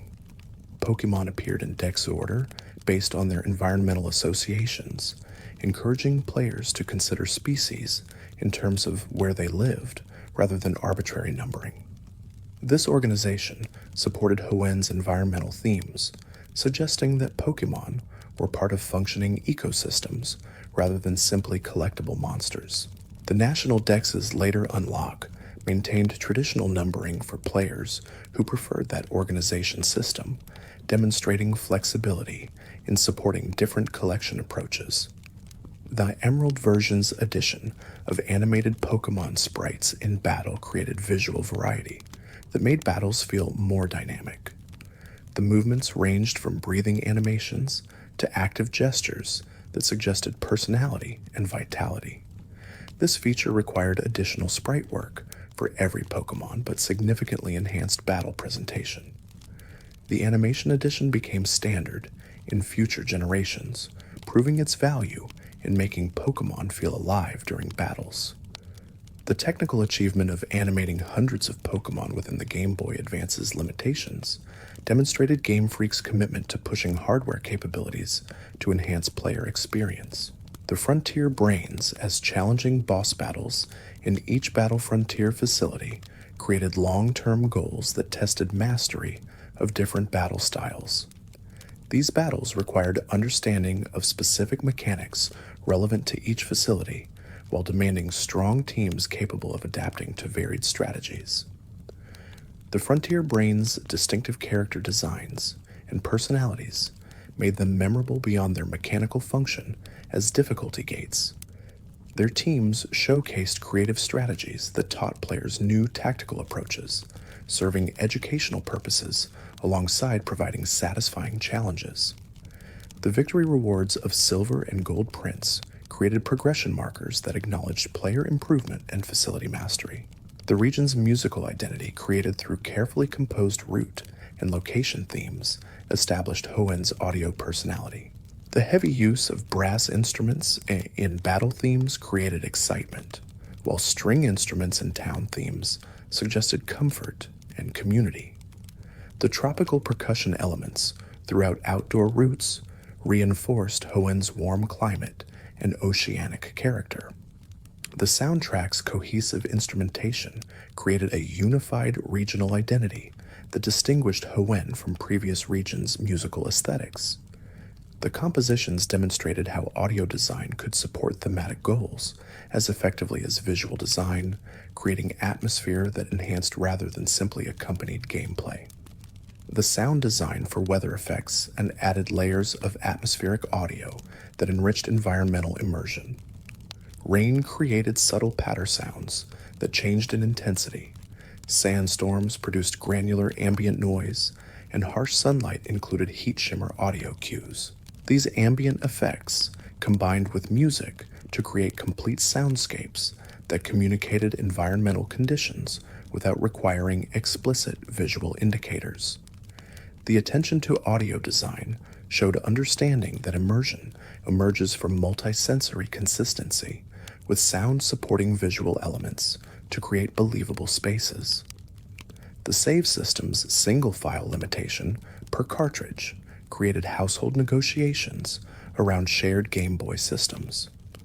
Multiple players required multiple cartridges or coordinated save schedule, making Pokémon cartridges valuable family resources. This limitation encouraged players to complete their personal journeys fully before starting fresh, creating more meaningful decisions about team composition and Pokémon selection. The single save design later evolved into multiple saves in future generations, but Hoenn maintained the traditional approach that defined Pokémon's early identity. The battery-powered save files' eventual degradation created time limits on cartridge longevity. The internal batteries that maintained save data eventually died after years of use, creating preservation challenges for physical cartridges. This technical limitation spawned communities dedicated to battery replacement and save file backup, demonstrating player commitment to preserving their Hoenn experiences. The battery issue highlighted tensions between physical media permanence and digital longevity that would later influence Pokémon's move toward digital distribution and cloud-saving systems. Thanks for watching. If you enjoyed drifting through these quiet moments, there's another video waiting on the left of your screen. Let it play while you rest. You might discover something gentle before sleep takes you again.